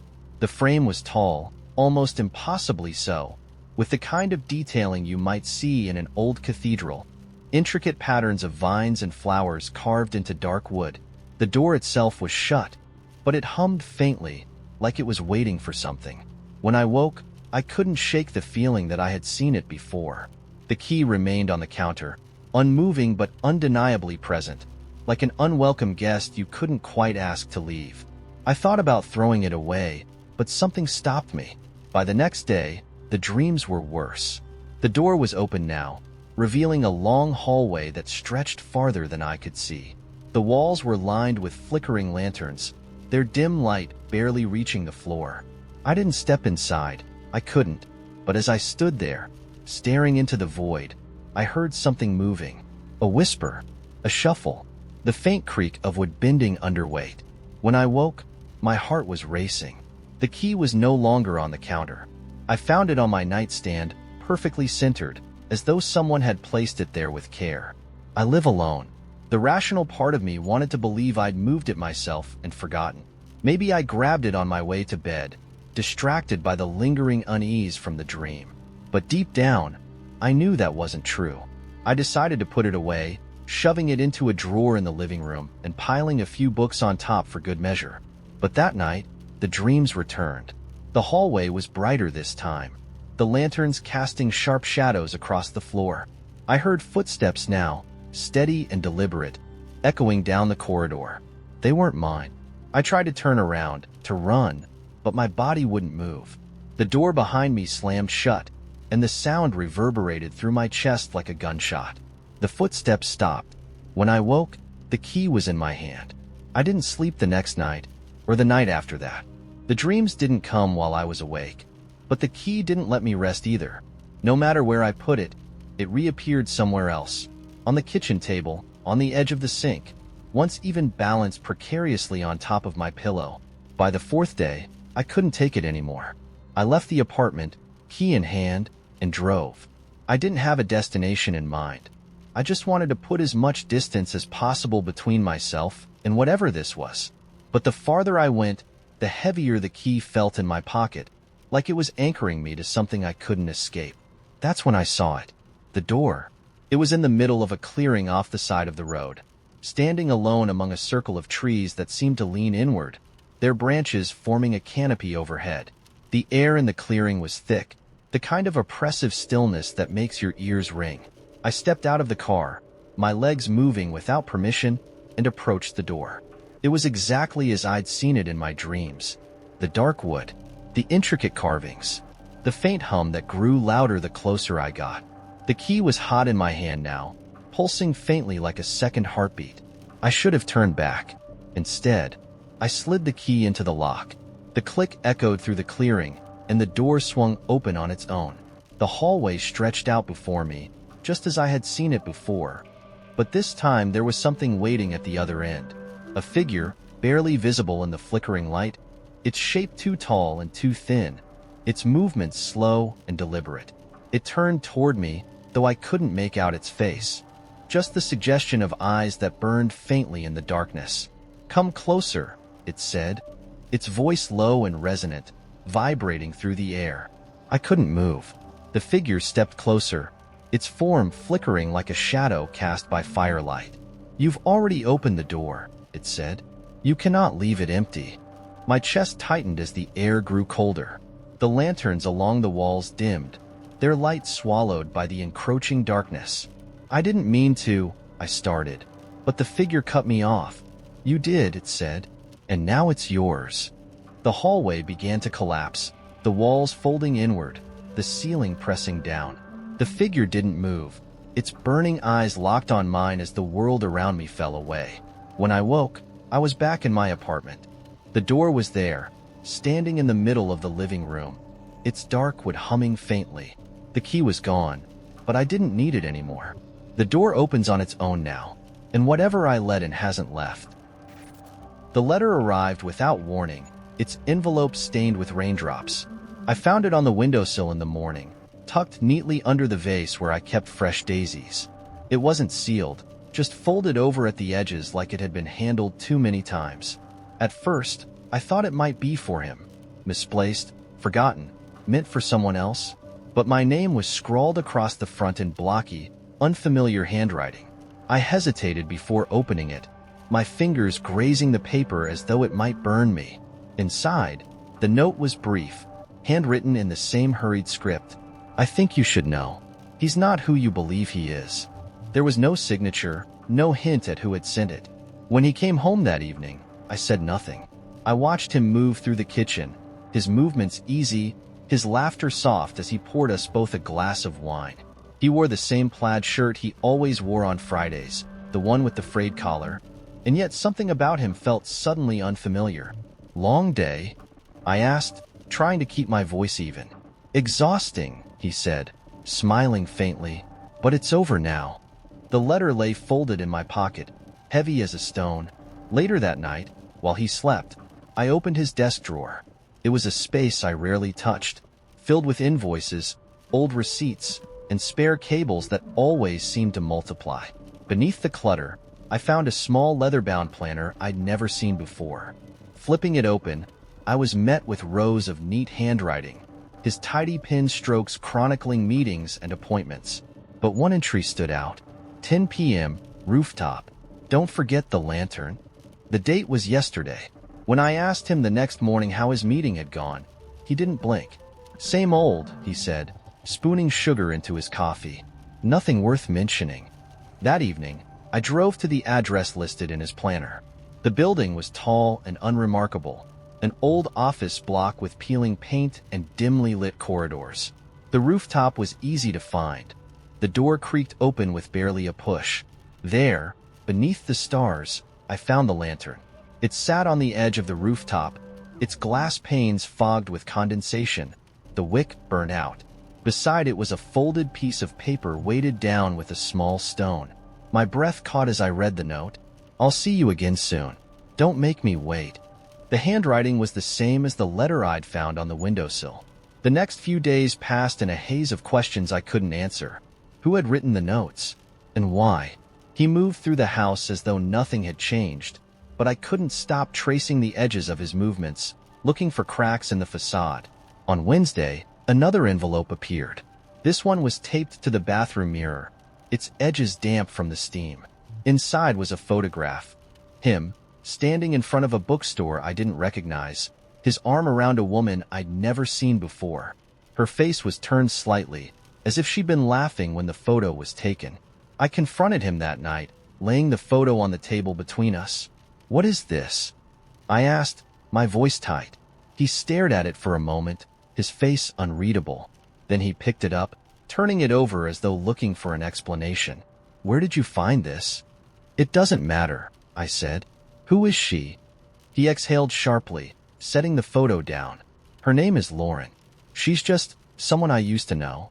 Used to? Yes. His voice was calm, but his hands betrayed him, twisting the edge of his napkin. It's nothing. Old friends, that's all.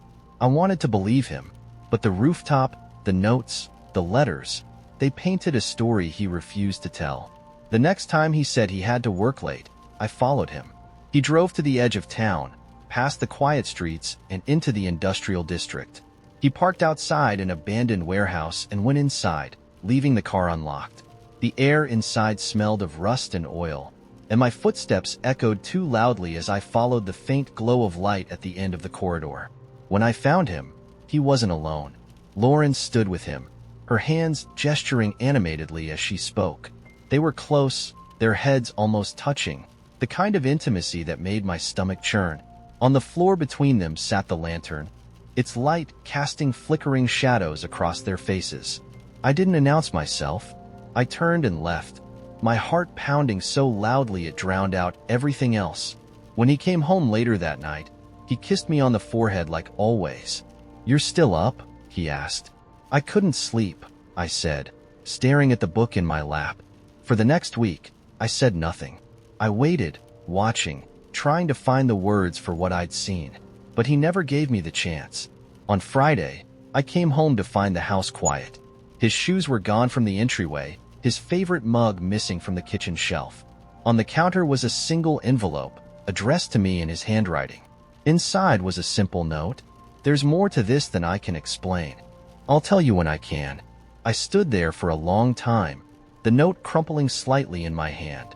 In the silence, the lantern from the rooftop glowed faintly in my mind's eye, casting light on shadows I might never understand. Sometimes, the truth leaves with no intention of coming back. The first time I noticed the lake, it wasn't on a map. I'd been driving for hours through the kind of nowhere that stretches forever. Empty highways, skeletal trees, the occasional farmhouse swallowed by weeds. I was restless, my thoughts a chaotic tangle of deadlines and unfinished conversations, and when I spotted the narrow dirt road branching off from the main one, I turned without thinking. It felt good at first. The car bumped along the uneven path, the world around me shifting from dull fields to a canopy of twisted branches that filtered the afternoon light into strange patterns. Then, I saw it. A shimmering expanse of water framed by trees so dense they seemed to form a natural wall. The lake was perfectly round, its surface so still it looked like glass. There was no dock, no boats, not even a ripple to suggest it had ever been disturbed. I parked the car at the edge of the trees and stepped out, the cool air wrapping around me. There was something hypnotic about the lake. Its clarity was unnatural, as if it were holding its breath. I found myself walking toward it, my boots crunching softly against the frost-laced ground. I don't know how long I stood there, staring into the water. The surface reflected the sky above, but there was no wind, no sound. Even the birds were silent. The longer I looked, the more the reflection seemed wrong. Not overtly. It was subtle at first, the clouds moving too slowly, the angle of the light not quite matching the late afternoon sun. Then I saw it, a figure standing just behind me in the reflection. I whipped around, my heart pounding. The space behind me was empty, the trees swaying slightly in a breeze I hadn't felt before. My breath hitched, visible in the cold air, and I turned back to the lake. The figure was still there. It was tall, its form indistinct, a silhouette that seemed both human and not. Its head tilted, as though studying me, and I had the sickening sensation that it was waiting for something. My legs trembled, but I couldn't move. My reflection looked wrong, too, paler, thinner, my features slightly off-center. I felt like I was staring at a version of myself I didn't recognize. The spell broke when a loud crack shattered the silence. The ice at the lake's edge splintered, sending a sharp echo through the air. I stumbled back, my breath coming in short gasps, and ran to my car. I didn't look back as I sped away, the dirt road kicking up clouds of dust that clung to the air like ghosts. That night, I couldn't sleep. My dreams were fractured, filled with images of the lake and the figure in the reflection. In one dream, I saw myself standing at the water's edge, but it wasn't me. The thing in my place smiled, a twisted, too-wide grin that didn't belong on my face. When I woke, my room felt colder than it should have, and for a moment, I thought I heard the faint sound of water lapping against the shore. But when I got up to check the window, the street outside was dry, the early morning sun weak against the gray sky. I tried to forget about the lake, but it stayed with me. The next week, I found myself searching for it on maps, trying to pinpoint the dirt road I'd turned onto. But no matter how closely I looked, the road wasn't there. Neither was the lake. The second time I saw it, I wasn't looking for it. I was driving home late, the sky heavy with the promise of snow. The highway was emptier than usual, the headlights of my car the only source of light for miles. Then, up ahead, I saw the dirt road. My stomach clenched, but I kept driving, refusing to look at it as I passed. And yet, when I glanced in my rearview mirror, I saw the lake. It shouldn't have been visible from the highway. The trees should have hidden it, but there it was, shimmering in the darkness, the surface glowing faintly under the moonlight. My pulse quickened, and I pressed harder on the gas. When I glanced back again, the lake was gone. The dreams came back that night, sharper and more vivid. This time, I wasn't standing at the lake. I was in it. The water was cold, wrapping around me like a second skin, and when I tried to swim to the surface, I couldn't. My limbs were heavy, my movements sluggish, and when I looked up, I saw my reflection staring down at me. The thing wearing my face reached into the water, its hand impossibly long, and pulled me deeper. I woke choking on air, my sheets damp with sweat. The sound of water was louder now, undeniable, as though the lake was just outside my door. I checked every window, every lock, but the apartment was as it should have been. Normal. Safe. Except for the puddle by my bed. It wasn't large, but it was unmistakable. Clear water pooled on the floor, rippling faintly as if something had disturbed it. I backed away, my mind racing, and tripped over the edge of the rug. When I looked again, the puddle was gone. I don't know why I went back. Maybe it was curiosity. Maybe it was fear. Or maybe the lake had a pull I couldn't resist. A week after the puddle appeared, I found myself driving again, my car seemingly moving on its own. The highway blurred into nothing, and before I realized where I was, the dirt road stretched out before me. The lake looked the same, impossibly still, its surface like a mirror. I parked the car and stepped out, the air colder than I remembered. My breath fogged the glass as I approached, my heart hammering in my chest. This time, I didn't see my reflection. The water was empty, dark, stretching infinitely downward. Then I heard it, a voice, soft and echoing, calling my name. It came from the water. I should have run. I should have turned and never looked back. But I didn't. The voice was familiar, almost comforting, and I found myself leaning closer to the edge. The water rippled, the surface breaking apart as something began to rise. It wasn't me. It wasn't the figure from before. It was something worse, something that shouldn't exist. Its face was a distortion, a warped version of my own. Its eyes too large and its mouth too wide. It reached for me with hands that were wrong. Its fingers too many, too long, and I stumbled back, screaming. I don't remember getting to my car. I don't remember driving home. But when I woke the next morning, my shoes were wet, and the faint scent of water lingered in the air. The lake hasn't left me. I see it in my dreams, feel its pull every time I pass a body of water. And sometimes, when I look in the mirror, I catch a glimpse of something behind me, waiting, watching. It wants me to come back, and one day, I think I will. I never believed in curses. They always seemed like the kind of thing reserved for ghost stories or movies, the dramatic, ancient spell that follows you home and haunts your life. But that was before the house on Carmine Street. It was a rental, cheap and convenient, perfect for someone like me who needed a place to crash after moving to the city. The landlord barely spoke during the tour, muttering something about long-term tenants before handing me the keys. I didn't ask questions. I was desperate. The place wasn't much to look at. A narrow two-story with warped floorboards and peeling wallpaper, but it had a certain charm in the daylight. At night, it was different. The first week passed uneventfully. I spent my days settling into my new job and my evenings unpacking boxes. The house creaked in the way old houses do, and the plumbing made strange groaning noises, but I brushed it off as quirks of an aging structure. It wasn't until the second week that I began to notice inconsistencies. It started with the mirrors. There was one in the bathroom, oval-shaped with a tarnished frame, and another in the hallway by the stairs. I hadn't thought much of them until one night, brushing my teeth, I realized the reflection didn't match the room. It wasn't a big difference, just a shadow in the corner, faint and barely noticeable. I turned around, but the bathroom was empty. I told myself it was nothing. Maybe the light was playing tricks on me. But over the next few days, it happened again. The shadow grew more distinct, sharper, until it was unmistakable. A figure standing just out of reach, its shape barely human. Each time I looked directly at it, it disappeared.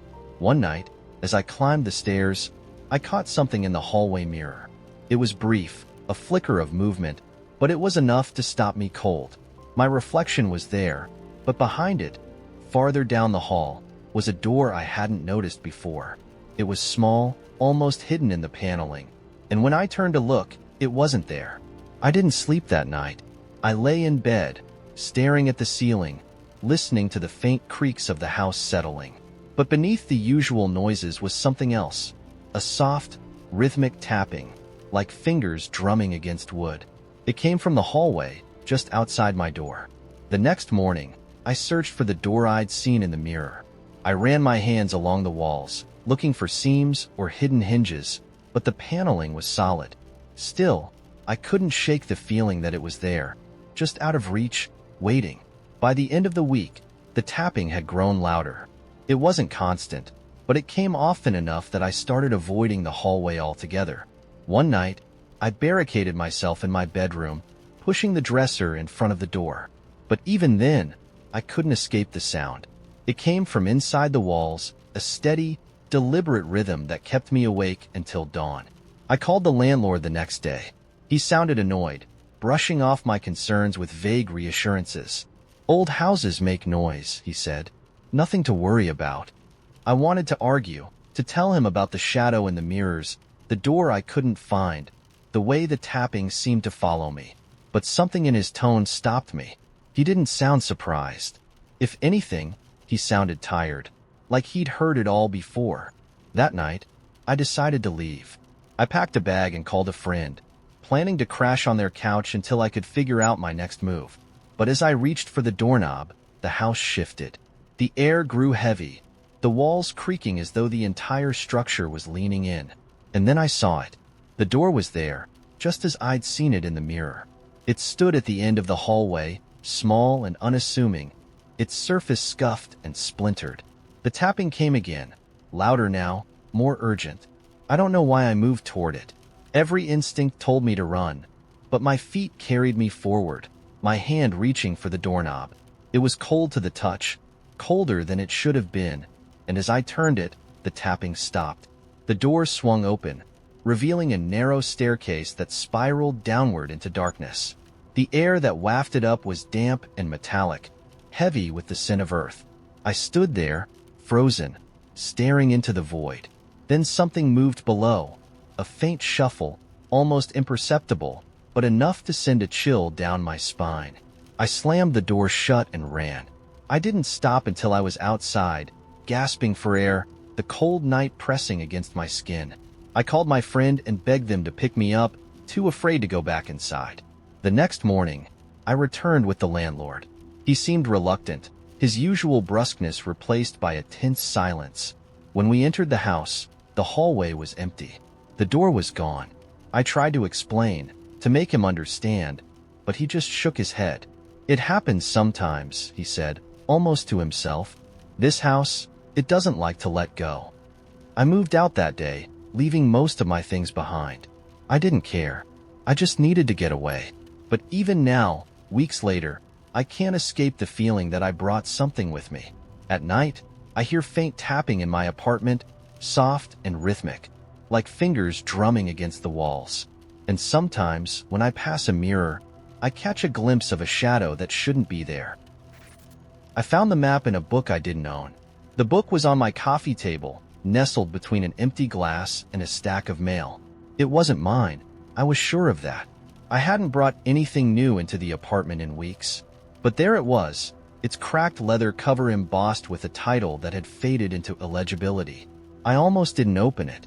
Something about the book unsettled me, the way an uninvited guest might. But curiosity has a way of taking over when you're alone on a quiet night. The pages inside smelled of dust and age, their edges brittle and uneven. Most were blank, save for faint smudges of ink that hinted at long-erased words. About halfway through, I found the map. It was drawn on parchment, the kind that looked ancient but felt sturdy, as though it had been made to endure. The lines were precise, flowing like veins across the paper, forming the outline of a place I didn't recognize.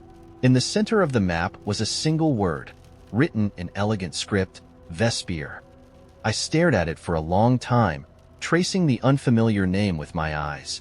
It didn't sound like anywhere real, but something about it pulled at me. That night, I dreamed of it.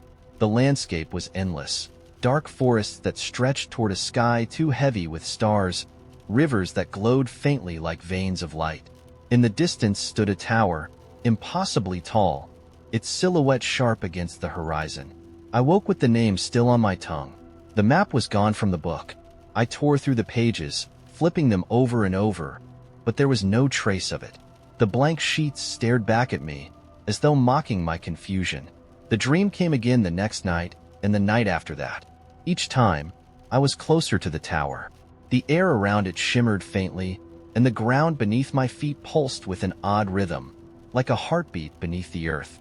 On the third morning, the map reappeared. It wasn't in the book this time. It was on my kitchen counter, folded neatly as though it had always been there. This time, the map was different. A single path had appeared, traced in gold ink that shimmered faintly under the light. It wound through the forest, following the curves of the rivers, until it reached the tower at the map's center. At the edge of the parchment, scrawled in rushed handwriting, was a single sentence: "Do not leave the path." I told myself it was absurd, a prank or a coincidence, but the pull of the dream, and the map, was undeniable. By the end of the day, I'd packed a bag and started driving, guided by landmarks on a map that shouldn't have been able to guide me. The forest began just before dusk. The road narrowed, the trees leaning in as though whispering to one another, their leaves casting fractured shadows on the ground. The air smelled of moss and something faintly metallic, and the world felt strangely muted, as though sound itself had been muffled. I parked at the edge of the forest and stepped out, the map clutched tightly in my hand. The path on the parchment glowed faintly, and when I looked down, I saw it mirrored in the dirt before me, shimmering gold under the fading light. I hesitated only a moment before stepping onto it. The forest swallowed me whole. The path was narrow, winding between trees that seemed older than anything I'd ever seen. Their trunks were impossibly wide, their roots curling like knotted fingers. The further I walked, the stranger the air became, thick with a hum that I could feel in my bones. The map in my hand grew warmer as I went, the gold ink pulsing faintly in time with the hum.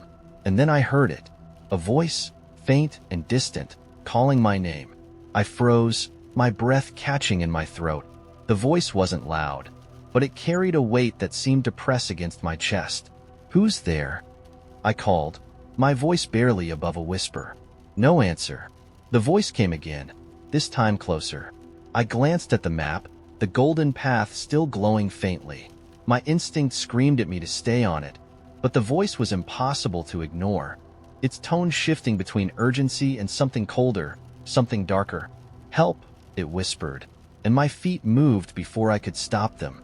The moment I stepped off the path, the world changed.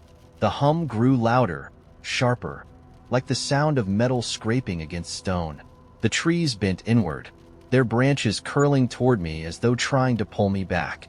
I ran, the voice leading me deeper into the forest, my heart pounding with each step. The air grew colder, the metallic scent stronger, and the ground beneath my feet felt soft, unstable. The voice stopped suddenly, leaving me in silence so thick it felt like it might crush me. I turned, trying to find my way back, but the path was gone. In its place stood a figure. It was tall and thin, its form draped in a dark, shifting fabric that seemed to absorb the light around it. Its face was obscured, but its presence radiated something sharp and unyielding. "You left the path," it said, its voice low and steady. "I didn't mean to," I stammered, my voice trembling. "That doesn't matter," it replied. "You're here now." The figure raised a hand, and the forest around me began to shift. The trees twisted, their trunks spiraling upward like smoke, and the ground beneath me trembled. The map in my hand grew hot, burning against my skin. "Where is Vesper?" I managed to ask, my voice barely audible. The figure tilted its head, as though considering me. "You've already found it." The forest dissolved, the world falling away into a vast expanse of light and shadow. The last thing I saw was the map disintegrating in my hand, the gold ink bleeding into the air around me. When I woke, I was standing at the edge of the forest. The car was gone, the road was gone, and in the distance, the tower waited. The book wasn't mine. I noticed it one rainy Saturday afternoon while tidying the living room. Its cover was worn, the edges soft from years of handling, and the title was embossed in faded gold, "The Secrets We Keep." It had been left on the coffee table, half buried under yesterday's newspaper. "What's this?" I asked, holding it up when he walked in from the kitchen, a mug of tea in hand. He glanced at it briefly, then shrugged. "No idea. Maybe the library dropped it off with the other stuff?" "The library doesn't just deliver books," I said, setting it back down. Must have come with one of the boxes we've been unpacking. We hadn't unpacked anything in weeks. Still, it seemed unimportant at the time. Just another oddity in the comfortable chaos of our shared space. I opened the book later that night, curious, and found a single line written on the inside cover in elegant, looping handwriting. For every story left untold. The words stayed with me long after I'd placed the book back on the table. Days passed, and the book seemed to move on its own.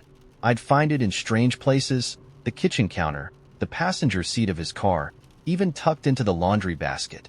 Each time, I'd ask about it, and he'd shrug, brushing it off as coincidence or absent-mindedness. But then I opened it again. This time, I found something slipped between the pages, a postcard. The image showed a narrow street lined with vibrant flowers, and the words scrawled across the back read, "Wish you were here. Always." The signature was a single initial, L. "Do you know someone named L?" I asked over breakfast the next morning. He looked up from his phone, frowning slightly. "L? No. Why?" "This was in the book." He set his coffee down and took the card from my hand, studying it with a carefully neutral expression. "Weird. Maybe someone left it there before we got the book." "But we didn't get the book," I said.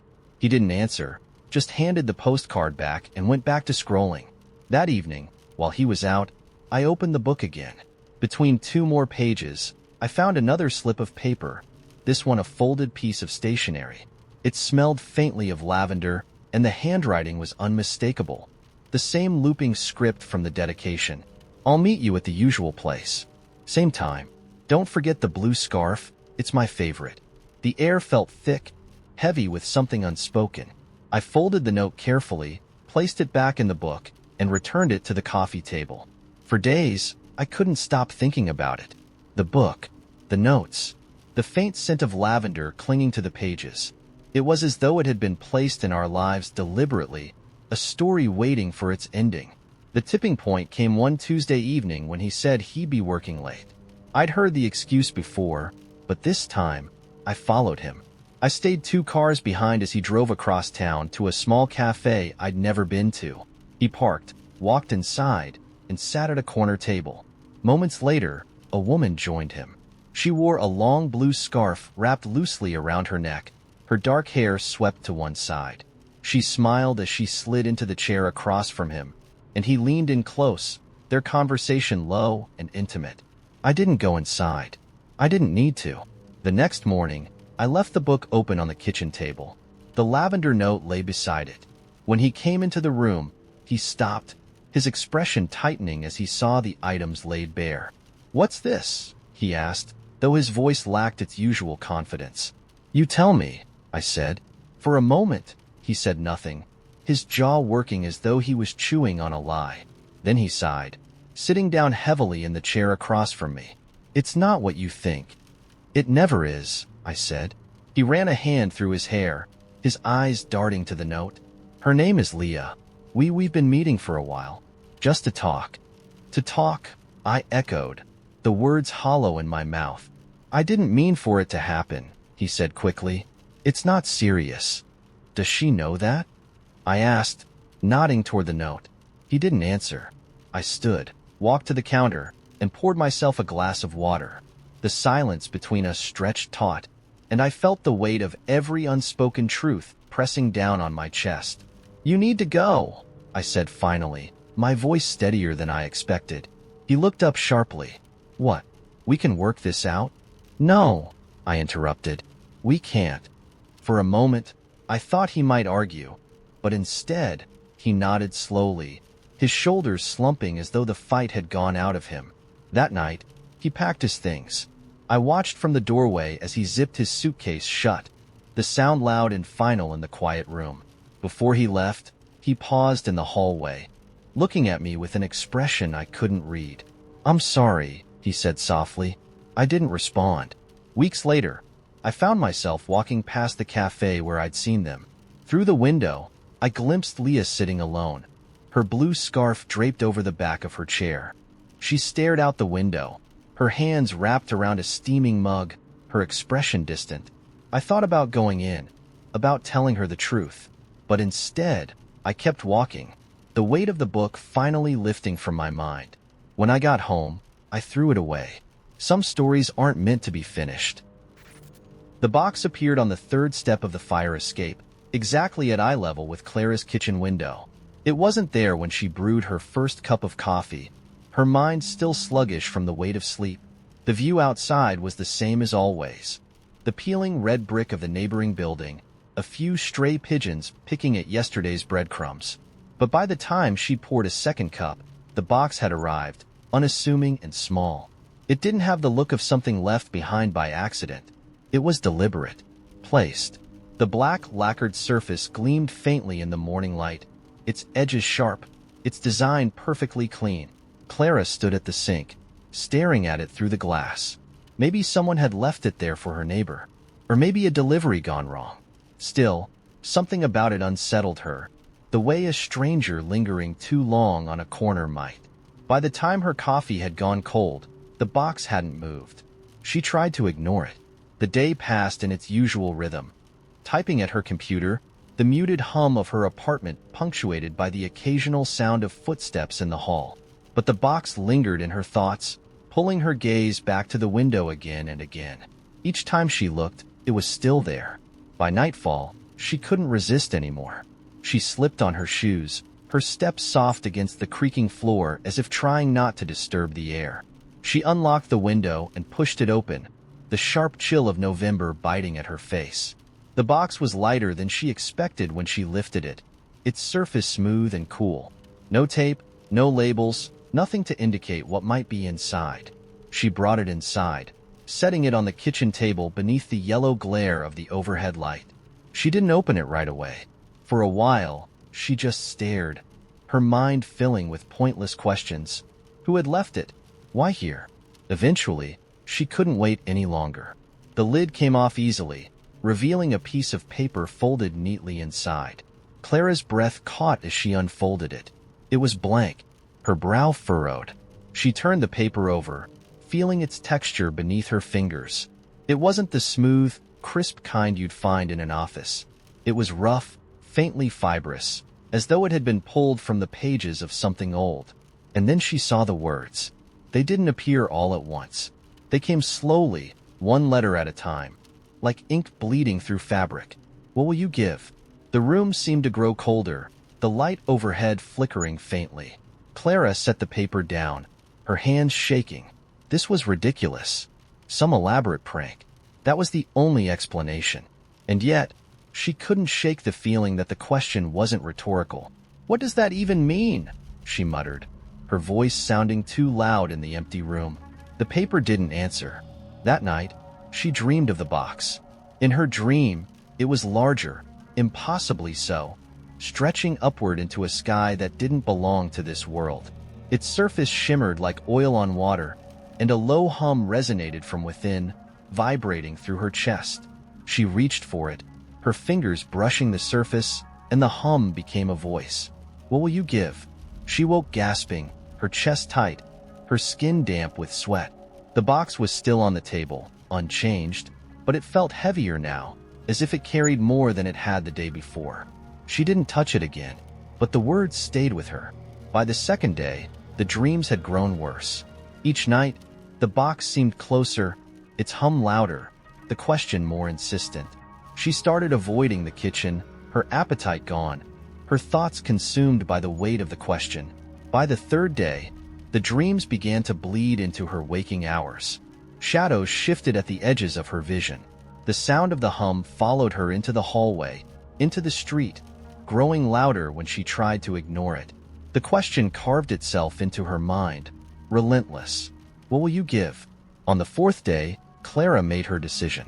She returned to the kitchen, her hands trembling as she approached the box. She didn't know what it wanted or why it had chosen her. All she knew was that she couldn't live like this anymore. She picked it up, the smooth surface cold against her palms. What do you want from me? She whispered, her voice breaking. The box didn't hum. It didn't shimmer. But she felt its answer, clear and sharp in her mind. Anything. She thought of her fears, her failures, the things she wished she could shed like an old coat, the weight of loneliness she carried every day, The guilt that came with the phone calls she never returned, the dreams she had buried beneath years of doubt. "I'll give you my pain," she said, her voice barely audible. The box trembled in her hands, just once, and then it was still. For the first time in days, the hum was gone. The shadows in the corners of the room receded, and the air felt lighter, easier to breathe. She placed the box back on the table, its surface warm now, and stepped back. That night, Clara didn't dream. By morning, the box was gone. At first, she felt a strange sense of relief, like a knot had been untied in her chest. The weight she had carried for years was gone, the ache of old regrets no longer pressing against her ribs. But as the days passed, she began to notice something else. The emptiness left behind wasn't quiet. It was hungry.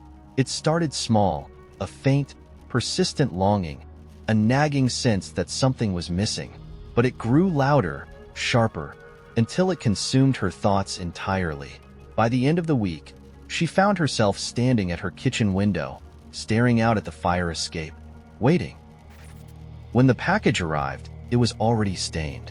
A dark, oily mark spread across the bottom of the cardboard, seeping into the edges like something inside had bled through.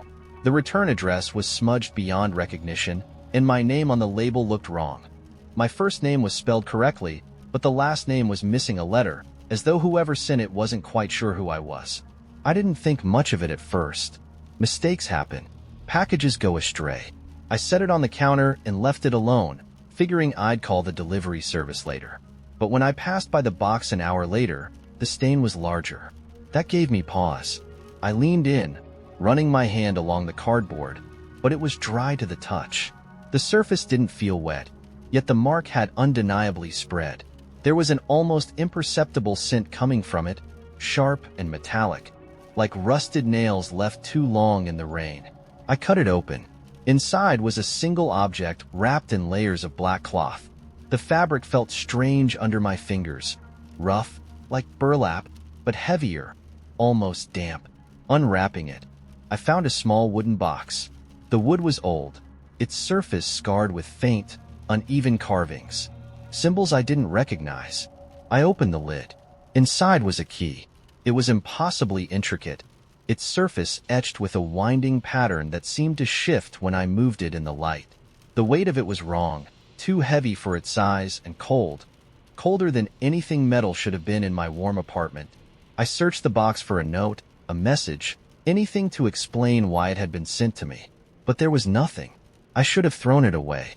Instead, I left it on my desk, intending to deal with it later. That night, I woke up to the sound of scratching. It was faint at first, barely audible over the hum of the refrigerator. I tried to ignore it, but it grew louder, sharper, coming from somewhere near the front door. When I got up to check, there was nothing there. The next morning, the key had moved. I had left it on my desk, but now it was on the floor by the front door, lying at an angle that pointed directly toward the hall. I stared at it for a long time before picking it up. The metal was still cold, and the pattern on its surface seemed even more intricate than I remembered, as though it had added details overnight. I convinced myself I must have dropped it, that I'd been careless, but the key kept moving. No matter where I left it, I'd find it somewhere else. Once, it was on the kitchen counter, balanced perfectly on its tip. Another time, I found it in the bathroom sink, the metal damp as though it had just been submerged, and the stain on the original package didn't stop spreading. Each day, the mark grew larger, dark tendrils creeping outward across the cardboard. It looked like ink, but it didn't behave like any liquid I'd ever seen. When I touched it, my fingers came away clean, but the faint metallic scent lingered on my skin for hours. The worst was the third night. I woke up to find the key sitting on my pillow, inches from my face. The intricate pattern on its surface had changed again, the winding lines forming what looked almost like a map. I didn't sleep after that. The next morning, I tried to get rid of it. I wrapped the key in its cloth, shoved it back into the box, and drove to the edge of town. There was a dumpster behind an old factory, rusted and half filled with garbage, and I tossed the box inside without a second thought. I felt lighter as I drove home, certain I'd left it behind. But when I opened my front door, the key was sitting on the floor, right where I'd found it the first time. It was heavier now, the metal colder, and the pattern had grown even more complex. I don't know what it unlocks, but last night, I found a door. It wasn't there before. The hallway outside my apartment is short, with 2 other doors leading to my neighbor's units. But when I stepped into the hall to get the mail, there it was. A 3rd door at the very end, tall and narrow, with no number or handle. I didn't want to touch it, but the key was in my pocket. I don't remember putting it there. When I pulled it out, the pattern on its surface glowed faintly, the lines aligning perfectly with grooves etched into the wood of the door. It's waiting. I've tried leaving the apartment, but no matter where I go, the scent follows me, that sharp, metallic tang that clings to my skin and clothes. I've tried to lose the key, but it always comes back. And the door is still there, no matter how many times I try to convince myself it isn't. I know what it wants. I know where it leads. And tonight, I think I'll let it show me. The first time I noticed the stranger, I was halfway through my walk home. It was late, the streets quiet and bathed in the soft glow of amber streetlights. I took the same route every night, past the bakery that closed at 6, across the narrow bridge over the creek, then along the row of townhouses that always seemed to have one porch light flickering. It was familiar, comforting in its routine, but that night, the stranger was there, leaning casually against a lamppost just ahead. At first, I didn't think much of it. Just someone waiting for a ride or taking a break on a long walk. They were dressed in dark clothes, their face obscured by the shadow of a wide-brimmed hat. As I got closer, I realized they weren't looking at their phone or smoking a cigarette or doing any of the things people usually do when lingering in the night. They were just standing, perfectly still. When I passed, they turned their heads slightly, enough for me to feel their gaze follow me. I walked faster, resisting the urge to glance back. By the time I reached my building, the stranger was gone from my mind. Until the next night. This time, I saw them standing at the far end of the bridge, silhouetted against the soft glow of the streetlights. Again, they didn't move, didn't speak. They were just there, waiting. I hesitated for a moment before crossing, but as I passed, I kept my eyes fixed forward. Still, I could feel it, the weight of their stare pressing into my back. It happened again the night after that, and the night after that. Each time, they were in a different spot, leaning against a railing, standing beneath a tree, perched on a low wall, always waiting, always silent, and always watching me. By the 5th night, my nerves were shot. I tried changing my route, taking a different street entirely, but halfway through, there they were again. This time, they stood in the middle of the sidewalk, forcing me to cross to the other side of the street. They didn't follow, but when I reached the next intersection, they were already there, standing at the corner like they'd been waiting all along. That night, I didn't sleep. The next morning, I debated calling the police, but what could I say? That someone had been standing near me, doing nothing but existing in the same spaces I passed through? It wasn't illegal to stand under a lamppost. Still, the unease stayed with me. I found myself checking over my shoulder constantly, scanning every shadow and corner. Then, on the 7th night, they finally moved. I saw them from a distance, standing at the end of the bridge again. My heart raced, but I forced myself to keep walking, determined not to let them scare me. As I got closer, they stepped into the light, and I realized something was wrong. They weren't standing. They were floating. Their feet didn't touch the ground, and the long, dark coat they wore hung unnaturally still, as though untouched by the breeze that rippled through the trees around us. I froze. They tilted their head, the shadow of the hat obscuring their face completely, and for the first time, they spoke. "You don't remember me, do you?" The voice was low, almost a whisper, but it carried across the empty street like a shout. I opened my mouth to respond, but no sound came out. They drifted closer, the distance between us shrinking too quickly. "You left me behind," they said, their tone calm, almost conversational. The words struck something deep within me, a faint memory I couldn't quite grasp. I don't know you," I managed to say, my voice barely audible. The stranger stopped a few feet away, their head tilting the other direction. Slowly, they raised a hand. A pale, elongated thing with fingers that seemed too many and too long, and pointed at my chest. "You will." Before I could react, the lights around us flickered violently, and the air grew thick and heavy, like the moments before a thunderstorm. Then, everything went dark. When I opened my eyes, I was no longer on the street. I was standing in a vast, empty field beneath a sky that churned with shifting shades of gray and black. The air buzzed faintly, vibrating in my ears. And the stranger was there, standing in the distance. They raised a hand again, and this time, the landscape around us began to change. Shapes rose from the ground, familiar shapes. A house I'd lived in as a child. The silhouette of a park where I'd scraped my knee climbing a rusted jungle gym. The crumbling facade of my old high school. The memories came flooding back, sharp and overwhelming, yet tinged with something wrong.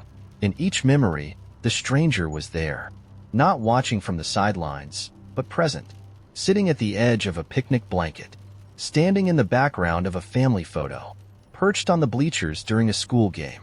"How?" I whispered, my voice breaking. "You've always known me," the stranger said, their voice echoing in the strange, shifting space. They stepped closer, and for the first time, I saw their face. It was mine. Not exactly. Something was off. The features were sharper, the eyes darker, the expression colder. But it was me. "I don't understand," I said, stumbling back. "You left me behind," they repeated, stepping closer with each word. "When you moved forward, you forgot." "I forgot what?" The stranger stopped inches away, their face unreadable. "Yourself." And then they reached out, their hand pressing against my chest. The world collapsed. When I woke up, I was lying on the bridge. The sun was rising, casting long shadows across the empty street. The stranger was gone, but I wasn't alone. In every reflective surface, in puddles and windows, in the faint gleam of my phone screen, I saw them, watching, waiting, and every time, their reflection looked more and more like mine. When the letter arrived, it was folded so crisply that it felt like the paper had been ironed. The envelope was plain. No return address, no stamp, just my name written in careful, looping script. I should have thrown it away. Instead, I opened it. Inside was a single sheet of paper, blank except for a short message in the same elegant handwriting. "Come to the house on Ashmere Road. Midnight. Don't tell anyone." It was ridiculous. There was no signature, no explanation, and no reason I should have taken it seriously. But I couldn't stop staring at those words. There was something about them that felt wrong. Not threatening, exactly, but deliberate, like the letter had been written just for me. And I knew the house. Everyone in town did. It was old, abandoned for decades, hidden behind a tangle of overgrown trees at the end of a cul-de-sac no one visited. Kids dared each other to go there, and a few always came back with stories. Faint lights in the windows, doors that slammed without wind, the sound of footsteps when no one was inside. But those were just stories, weren't they? I don't know why I went. Maybe I was curious. Maybe I was stupid. Or maybe it was because, deep down, I felt like I didn't have a choice. At exactly 11:45, I pulled up to the end of Ashmere Road, the headlights of my car cutting through the overgrown branches. The house loomed ahead, a silhouette against the night sky, its once white walls gray with age. One of the upstairs windows was broken, and the porch sagged like it was bowing under some invisible weight. I killed the engine and stepped out into the cold. The front door was slightly ajar. The wind pushed it open further as I approached, revealing a dark hallway that smelled of damp wood and decay. I hesitated on the threshold, the hairs on the back of my neck standing on end. Then I stepped inside. The air was heavy, pressing against my skin like a damp cloth. The only sound was the faint creak of the floorboards beneath my feet. The hallway stretched ahead, leading to a staircase that disappeared into shadows. Something about the house felt off. The walls seemed too narrow, the angles slightly wrong, as though the space had been folded and stitched back together in a way that didn't quite fit. I called out, my voice sounding too loud in the stillness. No answer. The letter hadn't said where to go, but something pulled me toward the stairs. Each step groaned under my weight, the sound echoing into the dark. At the top, the air was colder, the smell stronger. There were 3 doors, all slightly open. I chose the one on the left. The room was empty except for a chair in the center and a full-length mirror leaning against the far wall. The chair looked ancient, its wood splintered and its legs uneven. The mirror was even stranger. Its surface wasn't reflective. It was black, perfectly smooth, swallowing the light from my flashlight. I stepped closer, and the room felt smaller. The air seemed to hum, a faint vibration that I could feel in my chest. When I was within a foot of the mirror, it changed. The surface rippled like water, and an image began to form. Not my reflection, but the hallway I had just come from. Except it wasn't empty. There was someone standing at the base of the stairs. My breath caught, and I spun around, shining the flashlight down the hallway. Nothing. But when I looked back at the mirror, the figure was closer. I stumbled backward, my pulse thundering in my ears. The figure moved with each blink of the image, its shape growing sharper. A man in dark clothing, his head tilted at an unnatural angle. The humming grew louder, the vibration stronger, rattling the frame of the mirror. Then the man stepped out of the glass. I don't know how else to describe it. One moment he was a reflection, a smear of shadows on an impossible surface. The next, he was there, standing in front of the chair, his face obscured by the dark. I froze, every instinct screaming at me to run. But my legs wouldn't move. The man raised his hand and pointed at the chair. "Sit," he said, his voice low and sharp, like the edge of a knife. The word hit me like a physical force, and before I knew it, I was moving toward the chair. My body felt heavy, sluggish, like I was walking through water. I sat. The man leaned closer, his face just inches from mine. His features were wrong, blurred and shifting, like a painting smeared with water. His breath smelled of rot and cold stone. "You opened the door," he whispered. My head buzzed, and my vision blurred. I tried to speak, but no sound came out. "You're part of it now." The room dissolved around me, the walls melting into shadow. The last thing I saw was the man stepping back into the mirror, his form stretching and twisting until he disappeared into the black. I woke in my car at the edge of Ashmere Road, the engine idling and my hands gripping the wheel. The house was gone, but when I looked in the rearview mirror, I saw the chair, and someone was sitting in it. They smiled. The first time I met the woman, it was in a place I wasn't supposed to be. An abandoned train station at the edge of the city, long since forgotten by maps and transit schedules. The kind of place the world seemed eager to erase. I'd gone there on a whim, chasing a rumor about its grand architecture, ornate ironwork and vaulted ceilings left to decay in the quiet collapse of time. I wasn't expecting her. She stood on the platform, tall and still, her face obscured by the brim of a wide black hat. Her coat was long, sweeping the ground, and the gloved hands she rested on an umbrella seemed poised, deliberate. She didn't move, didn't turn when I entered. It felt like she'd been waiting there forever, rooted to the spot. I should have left. There was something about her presence that pressed against my chest, made the air feel heavier. But curiosity has always been my worst habit. "Hello?" I called, my voice bouncing off the cracked tiles and echoing into the vast emptiness. She didn't respond. The platform stretched out in both directions, endless and bathed in a strange twilight. No trains, no tracks, just an expanse of darkness where the rails should have been. I didn't know where the light was coming from. The station had no power, and the sun had long since dipped below the skyline. Yet the space glowed faintly, as if lit from within. I stepped closer, the sound of my boots against the tiles unnaturally loud. "Are you waiting for someone?" The question felt absurd as soon as it left my mouth, but she tilted her head slightly, acknowledging my presence. When she finally spoke, her voice was low and soft, a melody of vowels and consonants that didn't quite belong to any language I knew. "They always ask that," she said, not turning. Her words carried an odd cadence, like they weren't meant to be spoken aloud. As if the waiting isn't enough. I stopped. My pulse quickened, the edges of my vision blurring faintly. "What do you mean?" She turned then, just enough for me to see her face. Or what should have been her face. Her features were indistinct, as though someone had painted her in watercolors and let the rain smear the details. Eyes, nose, mouth. They were all there, but not in the way they should have been. It was like looking at a memory through a cracked window. "You shouldn't be here," she said, stepping toward me. Her movements were smooth, almost floating, and the sound of her umbrella tapping against the ground seemed to come from everywhere at once. "This is not your place."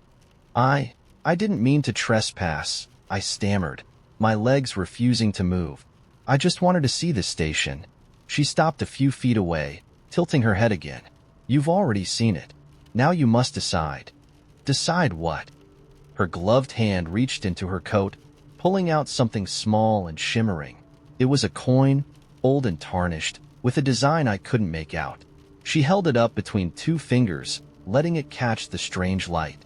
"One side to stay," she said, "the other to leave." I didn't understand. The air around me felt thicker now, pressing against my lungs. "I don't want to stay," I said quickly, the words tumbling out. "I don't belong here." Her head tilted farther, almost unnaturally so. "Does anyone?" Before I could answer, she tossed the coin. It spun in the air, catching the light in ways that made my eyes ache. It fell to the ground between us, the sound of it landing sharp and final. I looked down, but the coin was gone. The floor beneath me shifted, the tiles rippling like water. When I looked up, the woman was closer, her blurred face filling my vision. Her gloved hand touched my chest, lightly, but with a force that sent a shock through my entire body. "You've chosen," she said, her voice softer now, almost tender. "And so it begins." The station dissolved around me, the walls stretching, warping, until they were no longer walls at all. I was falling, or floating. It was hard to tell. Shapes moved in the dark, too large and too unfamiliar to be anything I could name. The air hummed with whispers, layered and overlapping, each one brushing against my thoughts like static. When I landed, I was back on the platform. The station was empty, the light gone, leaving only shadows that seemed to breathe. The woman was nowhere to be seen, but her presence lingered, a faint pressure against my chest. I ran. My footsteps echoed through the dark, the sound bouncing back at me from walls that felt too far away. The exit I'd come through was gone, replaced by a yawning archway that led into more darkness. I stumbled toward it, desperate for any sense of direction, but the space only grew larger, the archways multiplying like a maze. And then I saw them, figures in the distance, moving through the shadows. They walked with the same deliberate grace as the woman, their faces blurred, their outlines soft and wrong. They didn't seem to notice me at first, but as I crept closer, their heads turned in unison. Eyes, too many eyes, blinked open on their faces, watching me with a hunger I couldn't comprehend. I backed away, my hands trembling. The figures began to move toward me, their footsteps silent, their shapes shifting with every step. The whispers grew louder, their words slipping into my ears like oil, filling my head with thoughts that weren't mine.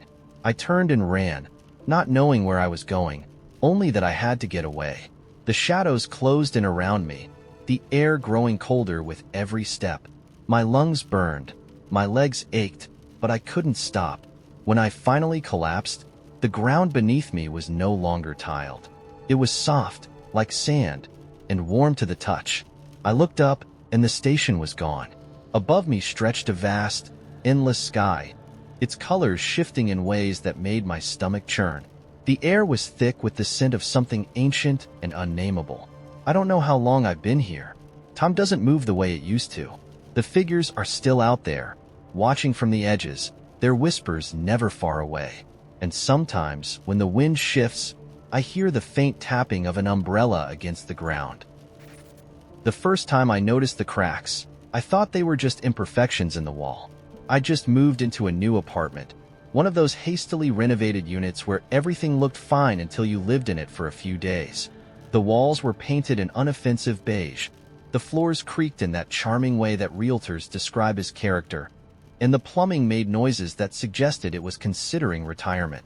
The crack ran along the wall in the hallway, thin and jagged, like a lightning bolt frozen mid-strike. It wasn't unusual. Old buildings settle, and drywall doesn't hold grudges. I'd meant to pick up some spackling paste to patch it, but life got in the way. It wasn't until a week later that I realized the crack had moved. I was halfway down the hallway, carrying a laundry basket, when I stopped short. The crack wasn't where I remembered it. It had shifted closer to the bedroom door. I stood there for a long moment, staring at it, trying to convince myself I was mistaken. Walls don't move. Cracks don't migrate. I laughed it off. Probably the stress of the move, or the fact that I'd been working too many late nights. The next morning, the crack had grown. It was longer now, stretching from the baseboard to just above eye level.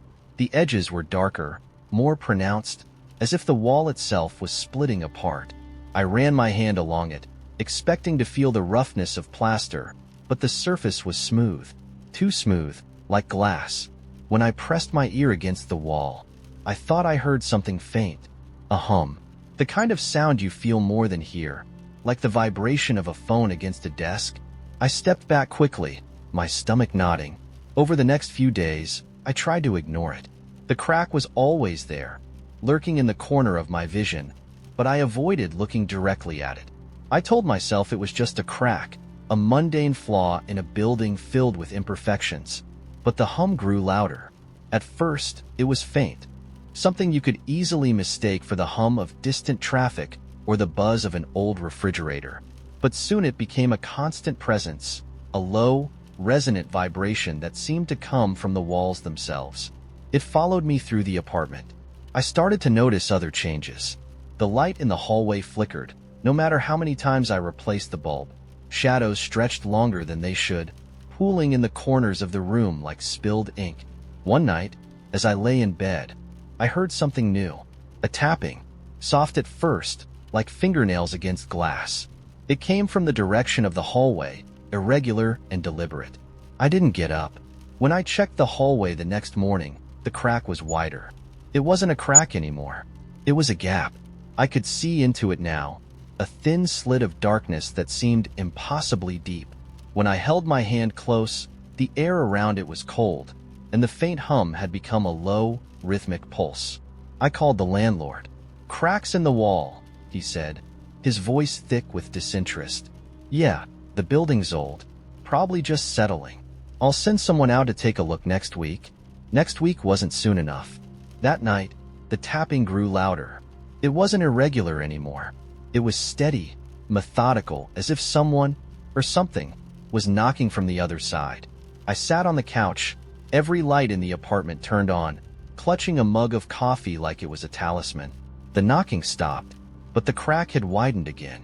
I could see movement inside now, faint and indistinct, like shadows shifting in the distance.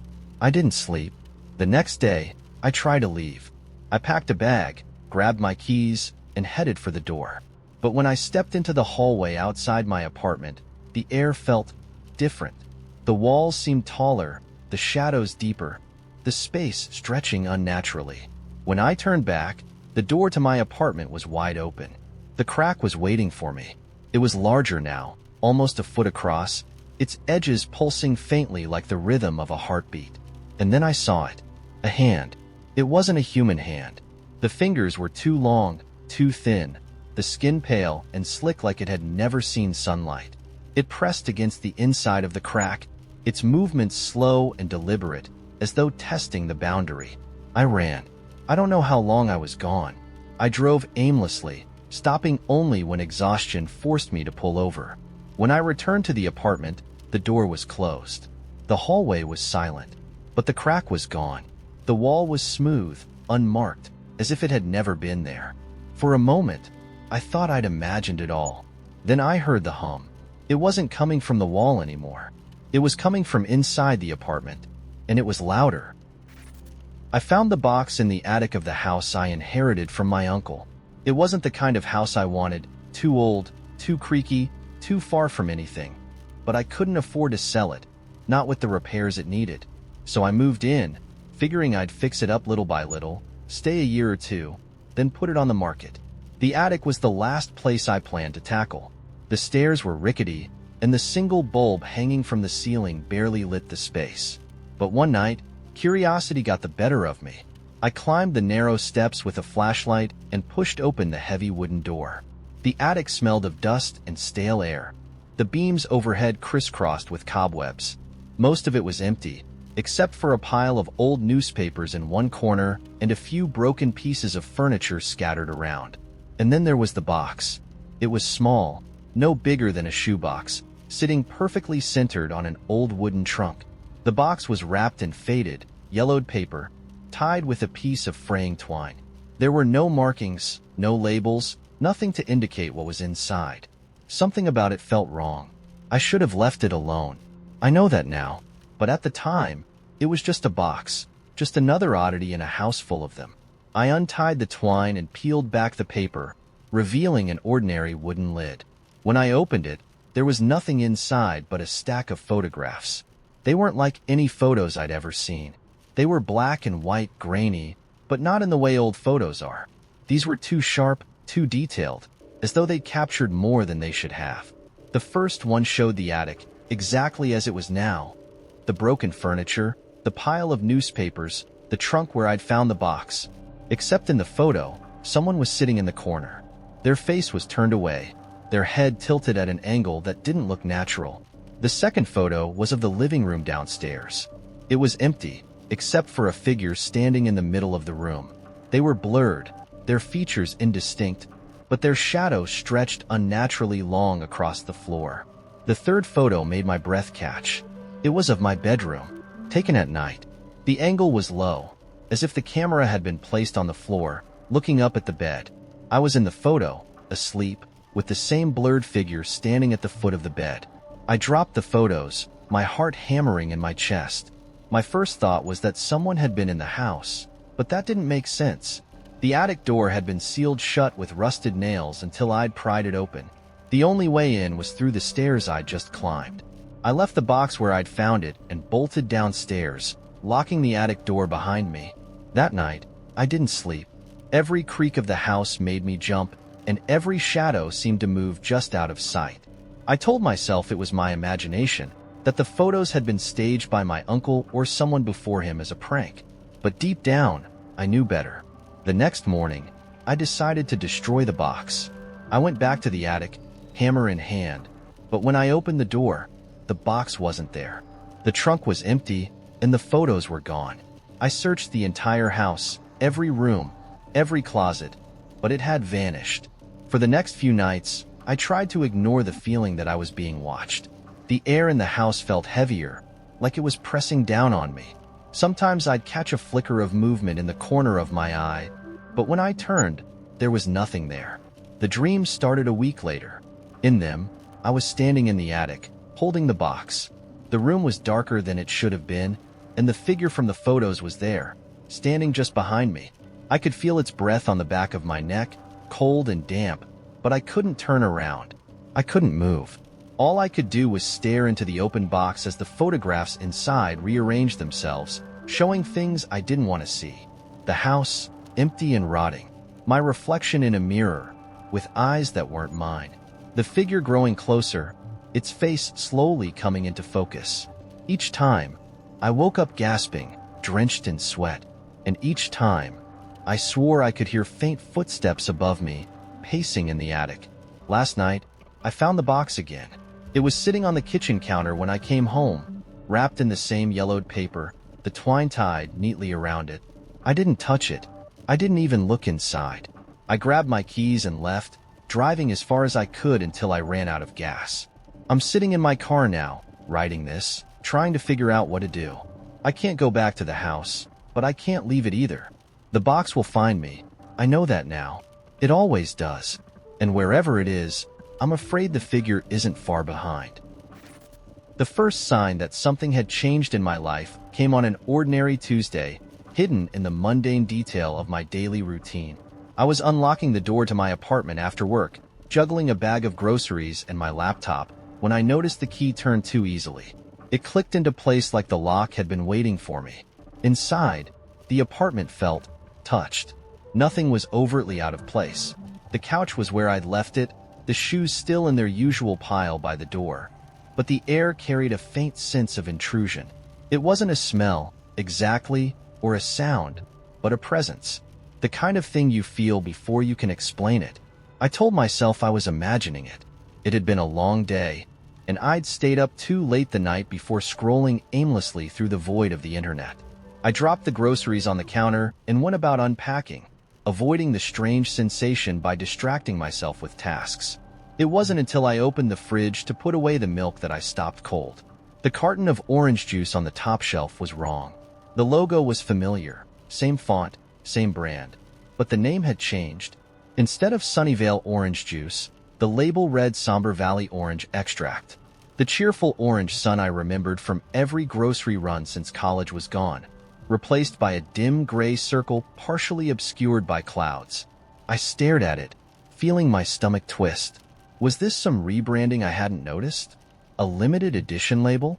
I reached for the carton, turning it over in my hands, but the rest of it was blank. Just smooth cardboard where the nutritional information and small print should have been. The buzz of my phone snapped me out of it.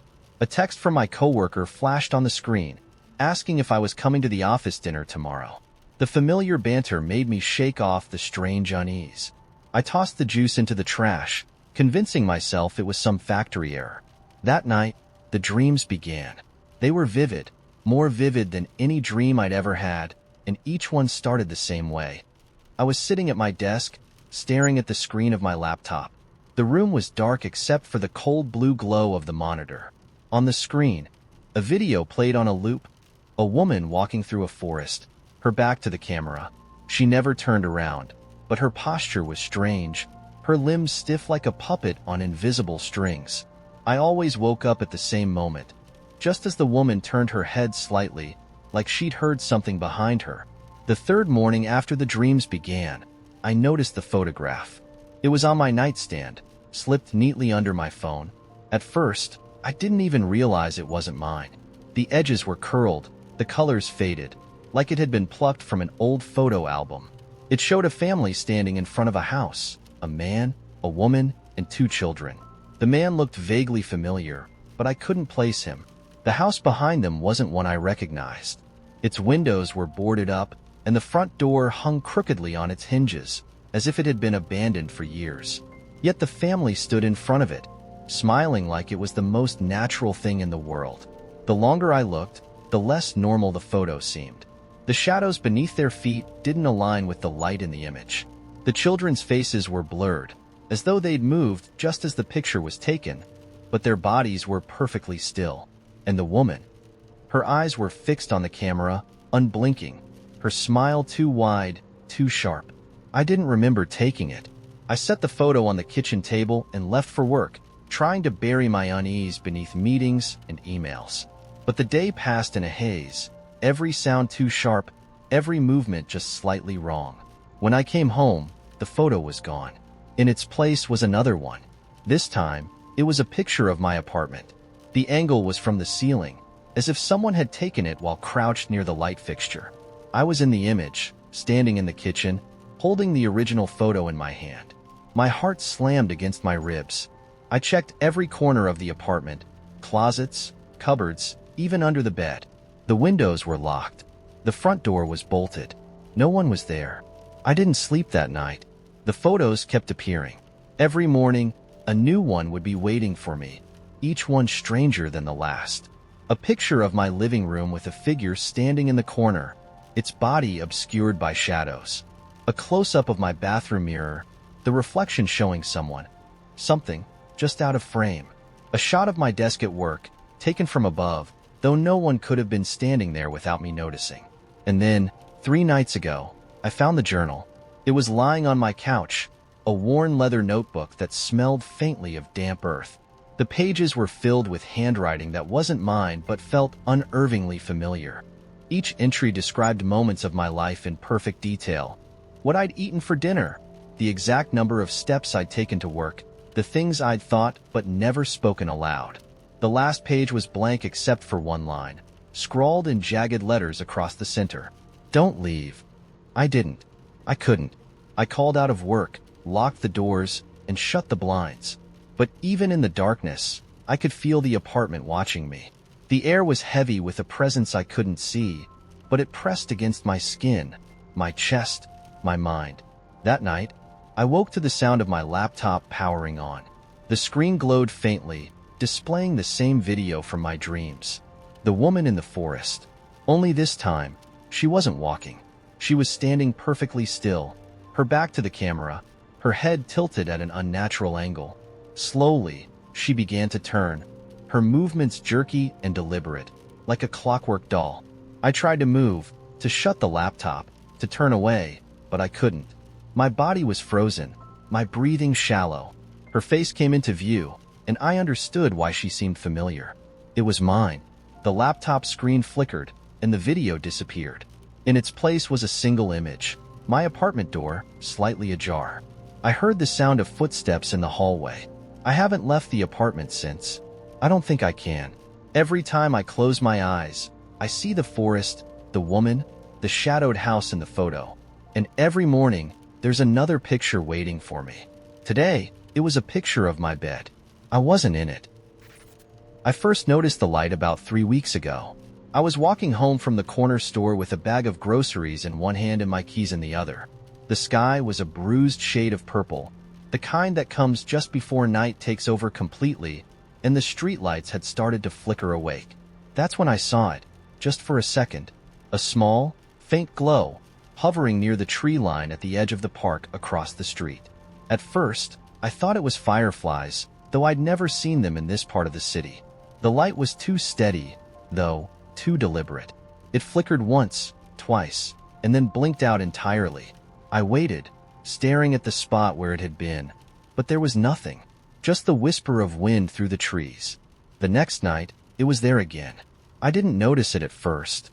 I'd been scrolling through my phone, sitting on the balcony with a cup of tea.